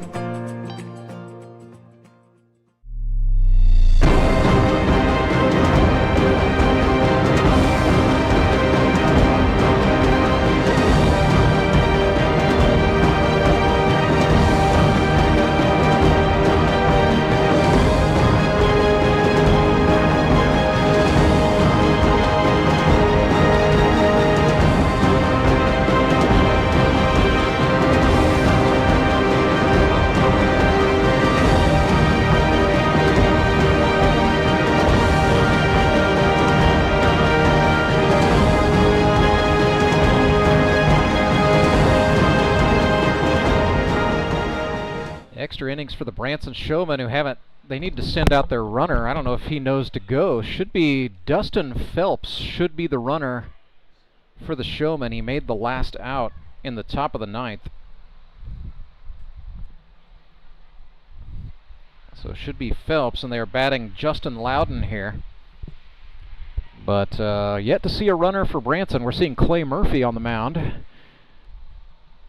For the guys in black, he has thrown 3 scoreless innings thus far. He can throw the 10th and the 11th. And there comes Phelps out of the dugout. I think give him a break. He's a rookie. Somebody had to explain it to him real fast. So he is on second, nobody out. Metropolitans have got to make 3 outs. They get their chance to come up in the bottom of the 10th. So 2-2 ball game. We're into the free ones. Baseball night in the Ozarks between the Mountain Ducks and the Locos might just have to wait. So first pitch from Murphy to Loudon, swung on, and yes indeed, that's going to bring Phelps home. It is now 3-2. Fruit snacks, nom nom nom nom nom. Safe at second base. You've been waiting all day. I've been waiting for years for that situation. Glad I finally got that out of my system. Goodness sakes. So 3-2 is the score. Not over yet, because the Mets will get a chance for a rebuttal in the bottom part of this inning. Unearned run charged to Clay Murphy. King Owens pops one. Could be trouble. But now Dustin Phelps, he's been rangy from the second base spot. Got over there and made the grab. Don't be drifting on fly balls, kiddos. Yeah, well, so it was a long way for Grant Cundiff to charge in. And so I get why Phelps is the guy there, but you know, all's well that ends well for the Mets. So 3-2 is the score. Carter Rennie, the batter for Branson. Fastball from Murphy that maybe had a little extra frustration on the velocity there for strike 1. I think he's wanting to get these 2 guys big time because he does not want to come up. Sounded like a broken bat. Sure and it did. Carried into foul territory where Kevin Walsh was there to touch up. And yeah, Rennie, he just picked up a piece of it, as a matter of fact. So but Clay, yeah, he's definitely going to be on attack mode now more than ever because he doesn't want to make it to the top of this lineup. And when you got a guy on, basically, as they start with a runner on second and 1 batter, you're in the same exact position again with a double, and it scores him, you know, no outs or 1 out with a man on second base. Like, that is, and when you go, man, this is my 7, 8, and 9. I should be putting these guys down. You know, so I would expect to see a little bit more heat from him this inning. Threw a slider there that Rennie fouled off to make it 0-2. Will he try to punctuate it with a 2-seamer?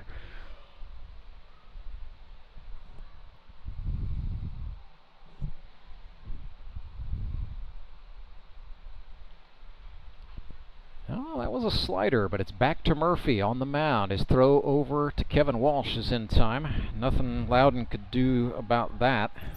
So he's got his 2 outs. Put. Yep. Got his 2 outs, and now this is your 9-hole hitter. Now this is the 10-hitter, but yeah, it effectively functions like a 9-hole in a typical baseball game. But yeah, Chris Leggett. So you're thinking to yourself as a pitcher, this is the bottom of the lineup. I should be eating these guys up. And so Clay's going to be on attack mode. But he's not. He's equally not, just because when I say attack mode, doesn't mean he's going to make poor pitches. Right. Thinking he can just gas it by him. No, he's going to be selective and smart. He's just going to execute them. Chris Leggett swung and fouled that one off. Ooh. Yeah, what? Kevin Walsh made that interesting. Maybe a couple more steps, and we're talking about something heroic in foul territory there. The last thing you want is old Thor come up to the plate this inning and start some kind of second-hand rally. No. Yeah, for the Metropolitans, it's got to be here. But Leggett's a tough out. Swings and chops one. Shortstop Kaufman is going to have to hurry, but he did not. As safe is the call. Yeah, that was kind of a slow approach on the ball. Kaufman I was worried. a bit incensed, but Leggett flying down that line. I was kind of wondering the way he was approaching the ball. I'm not saying he's approaching it wrong, but I thought with the timing of that approach, with his speed, because he can get down the line, I thought it's going to be close. And yes, Ed being on the other side of the mound, that close, he's probably going to give you that call. So an infield single to the shortstop puts us back at the top of the Branson order. First and third, 2 outs, and Jacob Carlson standing in with a 1-run lead. Sends that up the middle. Kaufman's got it. He will throw to first. That's not in time, and a run scores. It is 4-2. Hey.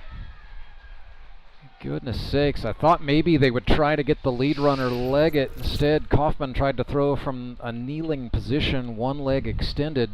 It's either watching that play, it was one of two. It was either A, he just felt he could make the throw to second based on his momentum and his angle, or second baseman, he didn't feel like he was going to get there in time. And it's kind of, that's where your coaches tell you, kiddos, it doesn't matter. You put the ball over the bag. Yeah. If that defender isn't there, that's their fault. Yep.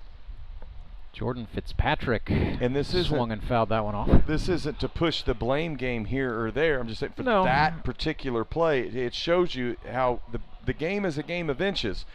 That ball's hit the other way. It's a hard break to the bag to get there, to be there, or at least in stride of being there, to be led by the ball, to catch a touch of the bag and get out. But we've had a couple of bang plays these last 2 plays, and this is why I love baseball. You got to give the other team their chance. Now they'll try a back pick throw to get Leggett, who saw it coming and dove back just in time.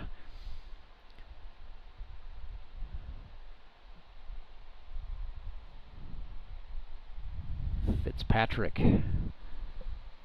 back in, trailing Murphy 0-1. Slider no, and we're even 1-1. And this is exactly what Carlson was hoping for, was to not just get can we one turn run. it over? Can we buy some insurance? They've got one. It's a 4-2 game. Another breaking pitch, same result. It's a ball outside to the left-handed hitting Fitzpatrick. And I think I can see Trey Turner just drooling from the on-deck circle. He's hungry for one more at bat, to have his opportunity to really create some run differential. Fitzpatrick sent that one foul into the parking lot, I believe. So we'll come back. Deuce is wild. 2 men on, 2 outs, 2 balls, 2 strikes, 2-run ball game.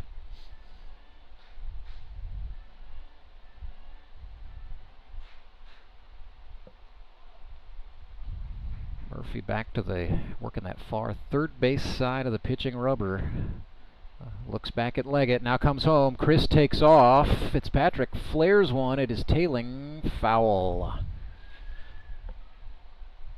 They're playing, the outfield is playing him to hit to left field. Now, when your pitcher's in a certain mile per hour zone of their fastball, their breaking balls, that can help dictate whether you're playing deep or playing in to opposite field. You do want to play the line a little bit more if you've got a center fielder who's equally, if not more, got the speed to cover the left center field gap should that ball really get driven. Yeah. So that shift right there makes it a lot right. Oh, Fitzpatrick sent it to right, and then Grant Cundiff's jump was a little bit interesting, but he made a nice adjustment. Hey, almost. I was trying to build it to that to go, but because of that shift, if he hits it to right field, if he hits it down the line, holy moly. But because of that shift, the right fielder gets pulled just enough to where that gapper like that gets taken away on a line drive. So we will come back for the bottom of the 10th. 4-2. Metropolitans down to their last chance once again. Life is full of things to worry about. Your home's foundation shouldn't be one of them. Vertical and horizontal foundation cracks, windows and doors that stick are all indications that your home has foundation issues. At Foundation Recovery Systems, we offer permanent solutions that help put your worries to rest. Call us today for a free inspection. At Central Bank, we've brought the home loan process closer to home. All of our lending decisions are made locally, right here in your community, so you get quick answers and loans that are tailored to meet your needs. So whether you're just starting your home buying journey or well on your way, Central Bank can help turn possibilities into realities. Apply online at centralbank.net or at any of our convenient locations. Central Bank. We do banking better. Member FDIC, Equal Housing Lender.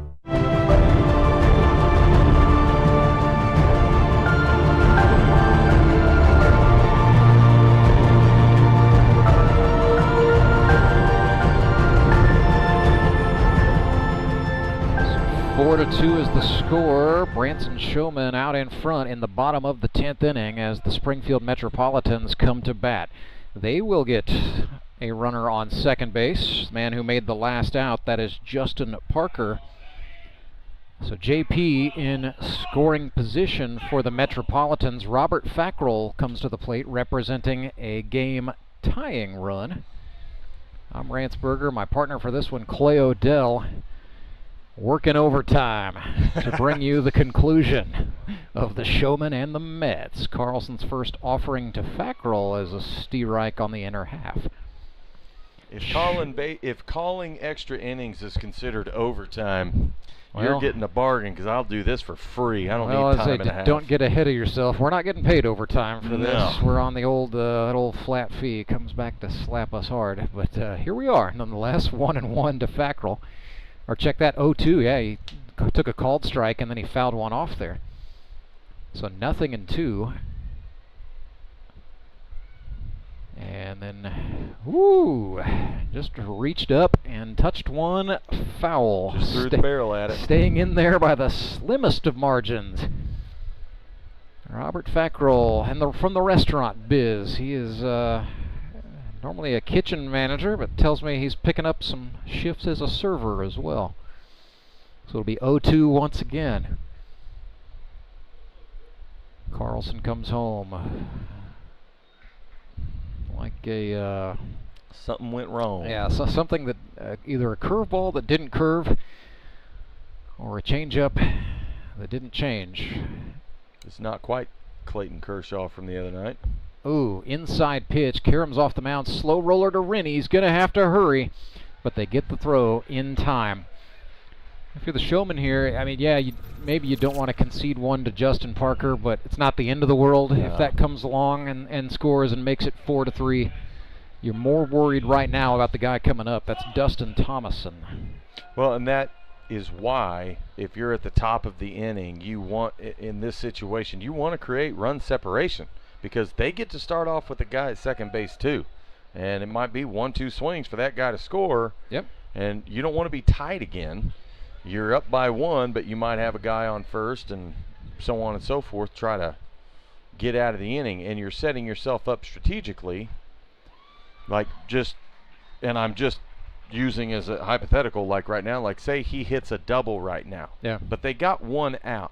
Okay, well, if he hits a double, that's the one-run ball game, to where now your tying run would therefore be on second base. So at that point, man, I'm not even opposed to walking the guy then and trying to help get try to set up forces and get out. Yeah. When you know they're not going run, Ricky, run on the bases, trying to double steal or whatever, trying to force that ground ball, force that double play to get out early. Yeah, I'm all about it. Give it a shot. Why not? Ball and 2 strikes to Dustin Thomason. Runner on third is Parker. It's a 2-run ball game for the moment in the bottom of the 10th with 1 out. Carlson missed low. This is where he just needs to stay within himself. Don't be thinking about the situation. Just pure execution of pitches. Breaking ball, and he swung over the top. A big punchy from Jacob Carlson right there for the second out. Now, and now all concentration is on the guy at the plate. Absolutely, 100%. Just go after him, execute your pitches, ground ball, fly ball, strikeout, whatever. Take your pick. Just get him out. And that guy is Kevin Walsh, who swings and misses at a slider for strike one. He is originally from Cedar Hill, Missouri, sponsored by Patio. So 0-1 to Walsh. Another breaking pitch that's up the middle. Carlson knocked it down. He's up with it. The throw in time, and the Branson Showmen win 4-2. It took them 10 innings to get there, but they're going home winners. So the Branson Showmen are now 2-1. 10 innings final. Let's take a look. Who are we going to give player of the game to? Hard to ignore, certainly, 5 shutout innings from Trey Turner, but I think you got to go with the winning pitcher and the guy with the game-winning RBI. That's Jacob Carlson for the Branson Showmen. So, sure, let's do it. Jacob Carlson, your Elite Promotions Elite Performer of the Game. There you go. Firm tips of the cap to Trey Turner for the Showmen. Also, Jordan Fitzpatrick had an RBI double. Trey Turner had a sac fly, so his streak of good plays continue. And yeah, I gotta say it too. How about Justin Fruit Snacks Loudon? let's give him a share of the bag there. Your co-players of the game, Justin Loudon and Jacob Carlson in this one. That RBI double to start the top of the 10th was huge for Snacks. And I mean, his pitching was big today. You know, he had the good outing that he needed to have. So Justin 100%. Fruit Snacks Loudon and Jacob Carlson, your Elite Promotions Elite Performers of the Game. I mean, Trey Turner, 5 shutout innings with, was it 11 or 12? 11 strikeouts on the day. But big one for the Showmen, so they go to 2-1. The Nixa Suckers are now also 2-1. And looking at the GRBL South Division, Clay Odell, the Ozark Mountain Ducks are 2-0, headed into tonight's game against the Locos. So pressure on the Quack Pack, mildly, to go into the Labor Day break in sole possession of first place in the South. We'll see what they do tonight. This game's going to come down who wants it most, who wants to play, who wants to hustle, and the team that commits the least amount of errors is usually the one that comes out on top. That's going to be a big part of it. I guess that means, however, I should probably get down there as I see the boys starting to warm up, so I better get down there and get the fungo ready. We will let you do it, Clay. Thanks for sticking with us through some extras. Always a pleasure. Always we'll see you back on the 7th of September. 100%. Enjoy your Labor Day. Well, enjoy the game tonight, first of all, but then enjoy your Labor Day break. You do the same. Clay Odell working hard. He's going to go help out as the third base coach and lead fungo hitter for the Ozark Mountain Ducks as they get ready to take on the Republic Locos. So kind of doing a little live look in on the standings here, as the Springfield Metropolitans have fallen to 0-3 for the season. They have scored 5 runs. They have allowed 15. Republic Locos, however, in the GRBL North are 0-2 headed into tonight's matchup with the Mountain Ducks. Moon City Mavericks in possession of first place in the North. They lost 7-0 earlier today at the hands of the Nixa Suckers, but still in first place in the GRBL North, which is right where manager Daniel England's club wanted to be. So in the GRBL South, it's the Mountain Ducks at 2-0 with a game to play tonight. Showmen and Suckers are both 2-1. However, it is the Showmen who hold head-to-head criteria over the Fish. So for the moment, it is Ozark in first, Branson in second, Nixa in third, but each team with 2 wins in the GRBL South as it stands right now. Still a lot of baseball left to play. We've got baseball night in the Ozarks. We'll bring you some post-game coverage here on the other side of this break as we attempt to talk things over with some of the boys from the Branson Showmen. So SRC Holdings post-game show is next. It's coming up after this break. Acme Towing Company.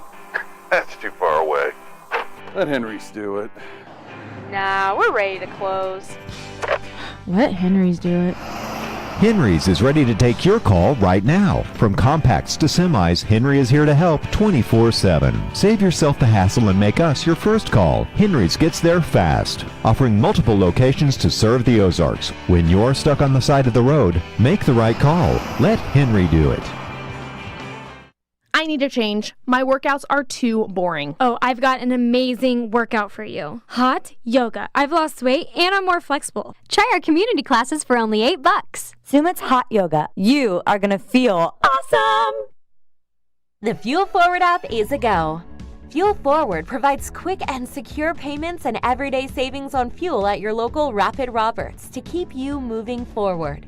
Download today and save up to 20 cents per gallon on your first fill-up. Then save 5 cents per gallon every fill-up after that. Driving just got a whole lot better thanks to the Fuel Forward app at your local Rapid Roberts.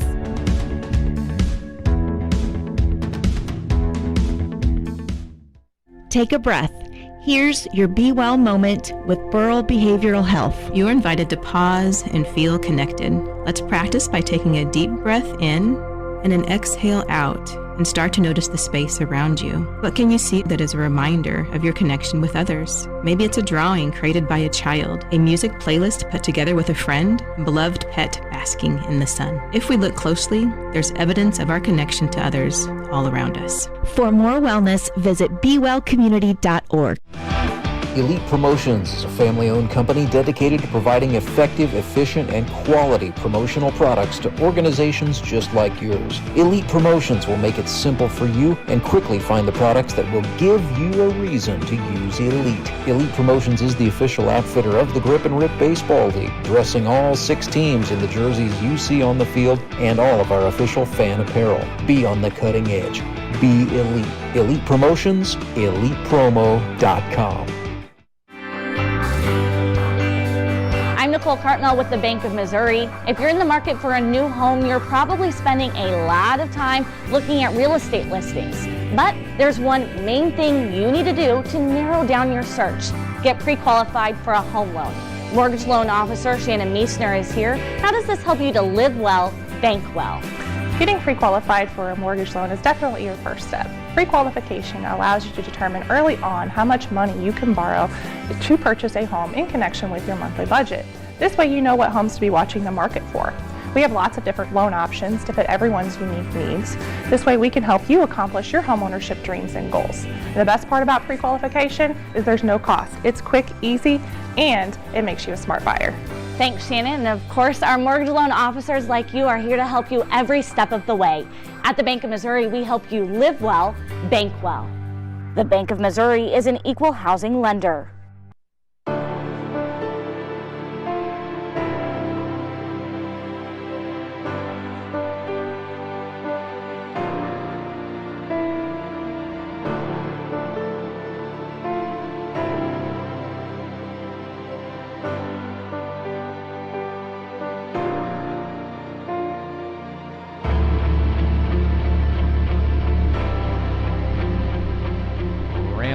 Back with you live at Metter Park, where the Branson Showmen were winners today, 4-2, defeating the Springfield Metropolitans in 10 innings. Pleased to be joined by one of our Elite Promotions, Elite Performers of the game, fresh off of a sugar rush. It's Justin Fruit Snacks Loudon and Snacks. Let's talk. Let's begin with the fireworks. That big hit, top of the 10th inning. You start off with your runner on second base. You got Dustin Phelps saying, "Bring me home." You're standing in there facing your old teammate Clay Murphy.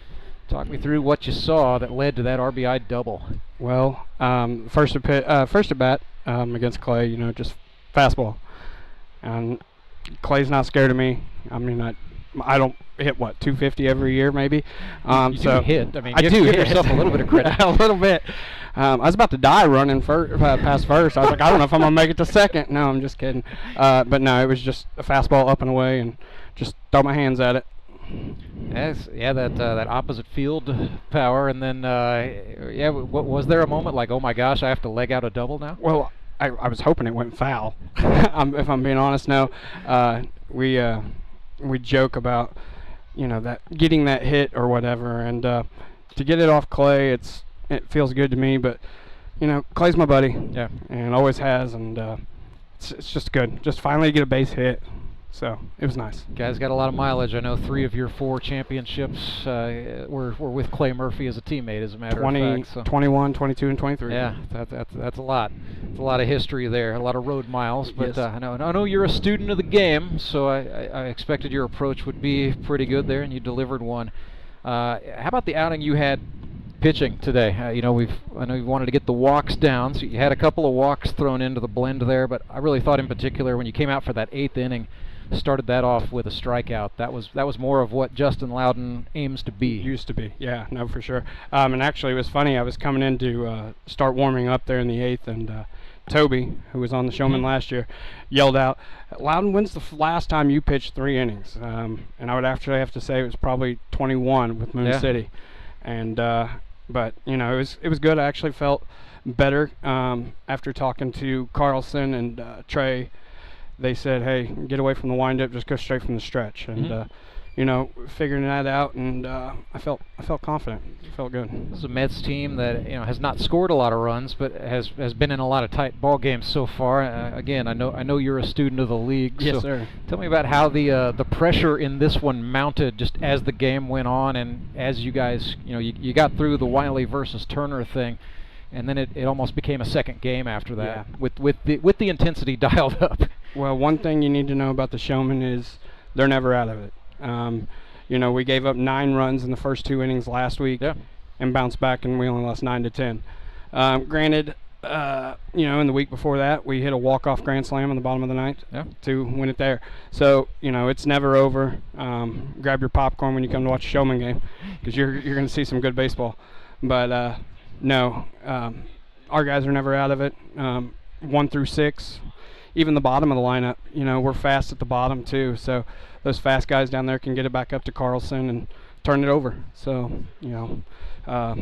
Trey, 5 innings. So I think you said 11 strikeouts. 11 Ks, no hits, just a couple of walks, but that's all she wrote. Hit 96 a couple times today, and I'm just sitting over here like, man, I wish I threw that hard.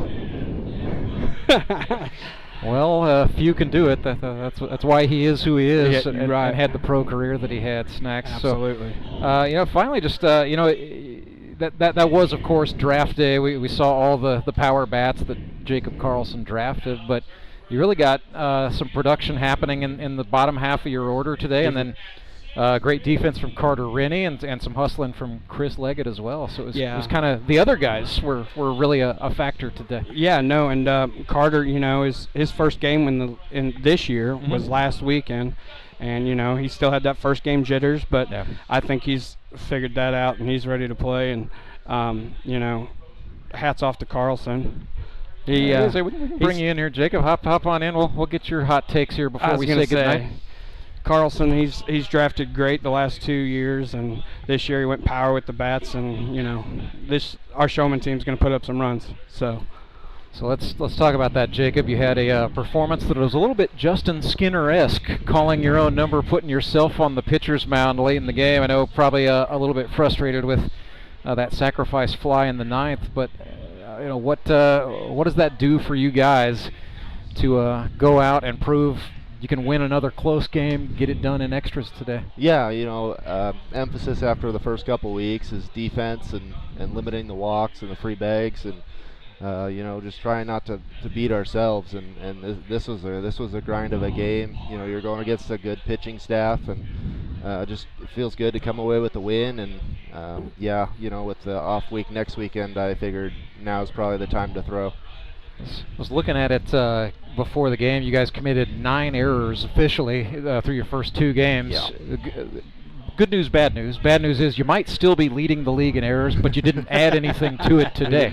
So you were able to play some error-free baseball behind the boys. It was a clean game, and we made some great defensive plays, and limited them to just 3 hits, 2 runs, and that's going to win a lot of ball games with our lineup. I was going to say, that double play with Trey there in the 7th to get me out of the 7th that just shows his arm strength. Get it up off the ground, touch third, and fire the thing in the chest across. Yeah, and I was like, Clay and I were talking that double play may have just very well been the turning point, when we go back and go through this one blow by blow. But great win for you guys, 2-1 now, headed into the Labor Day break. We will see you back here on September 7th, taking on the Nixa Suckers. The rematch. You guys said it before I did. Is it safe to say that that's a big one in everyone's mind? Yeah, yes, sir. I mean, a divisional game. Always a tough matchup too. They got a great defense over there, so we'll try and get them again. So how hard are you going to be scouting Mountain Ducks Locos coming up? I'll probably watch it online. Good. We need all the viewers we can get. We appreciate that. Absolutely. So go home and get out of the heat. Yeah. All right, so that's Jacob Carlson. That's Justin Loudon, our Elite Promotions, Elite Performers of the game. Post-game coverage has been brought to you by SRC Holdings, official media sponsor of Grip and Rip Baseball. Today's game, the executive producers have been Tony Lewis and Harrison Waters. Our director is Siler Bartlemy. My name is Rance Berger. Quick programming note, if you are tuned in to watch the Locos and the Mountain Ducks, that's coming up on a new stream here at 6:15. So we'll just do the hot transfer and get that going for you here momentarily. But until then, we wish you good evening from Springfield, Missouri.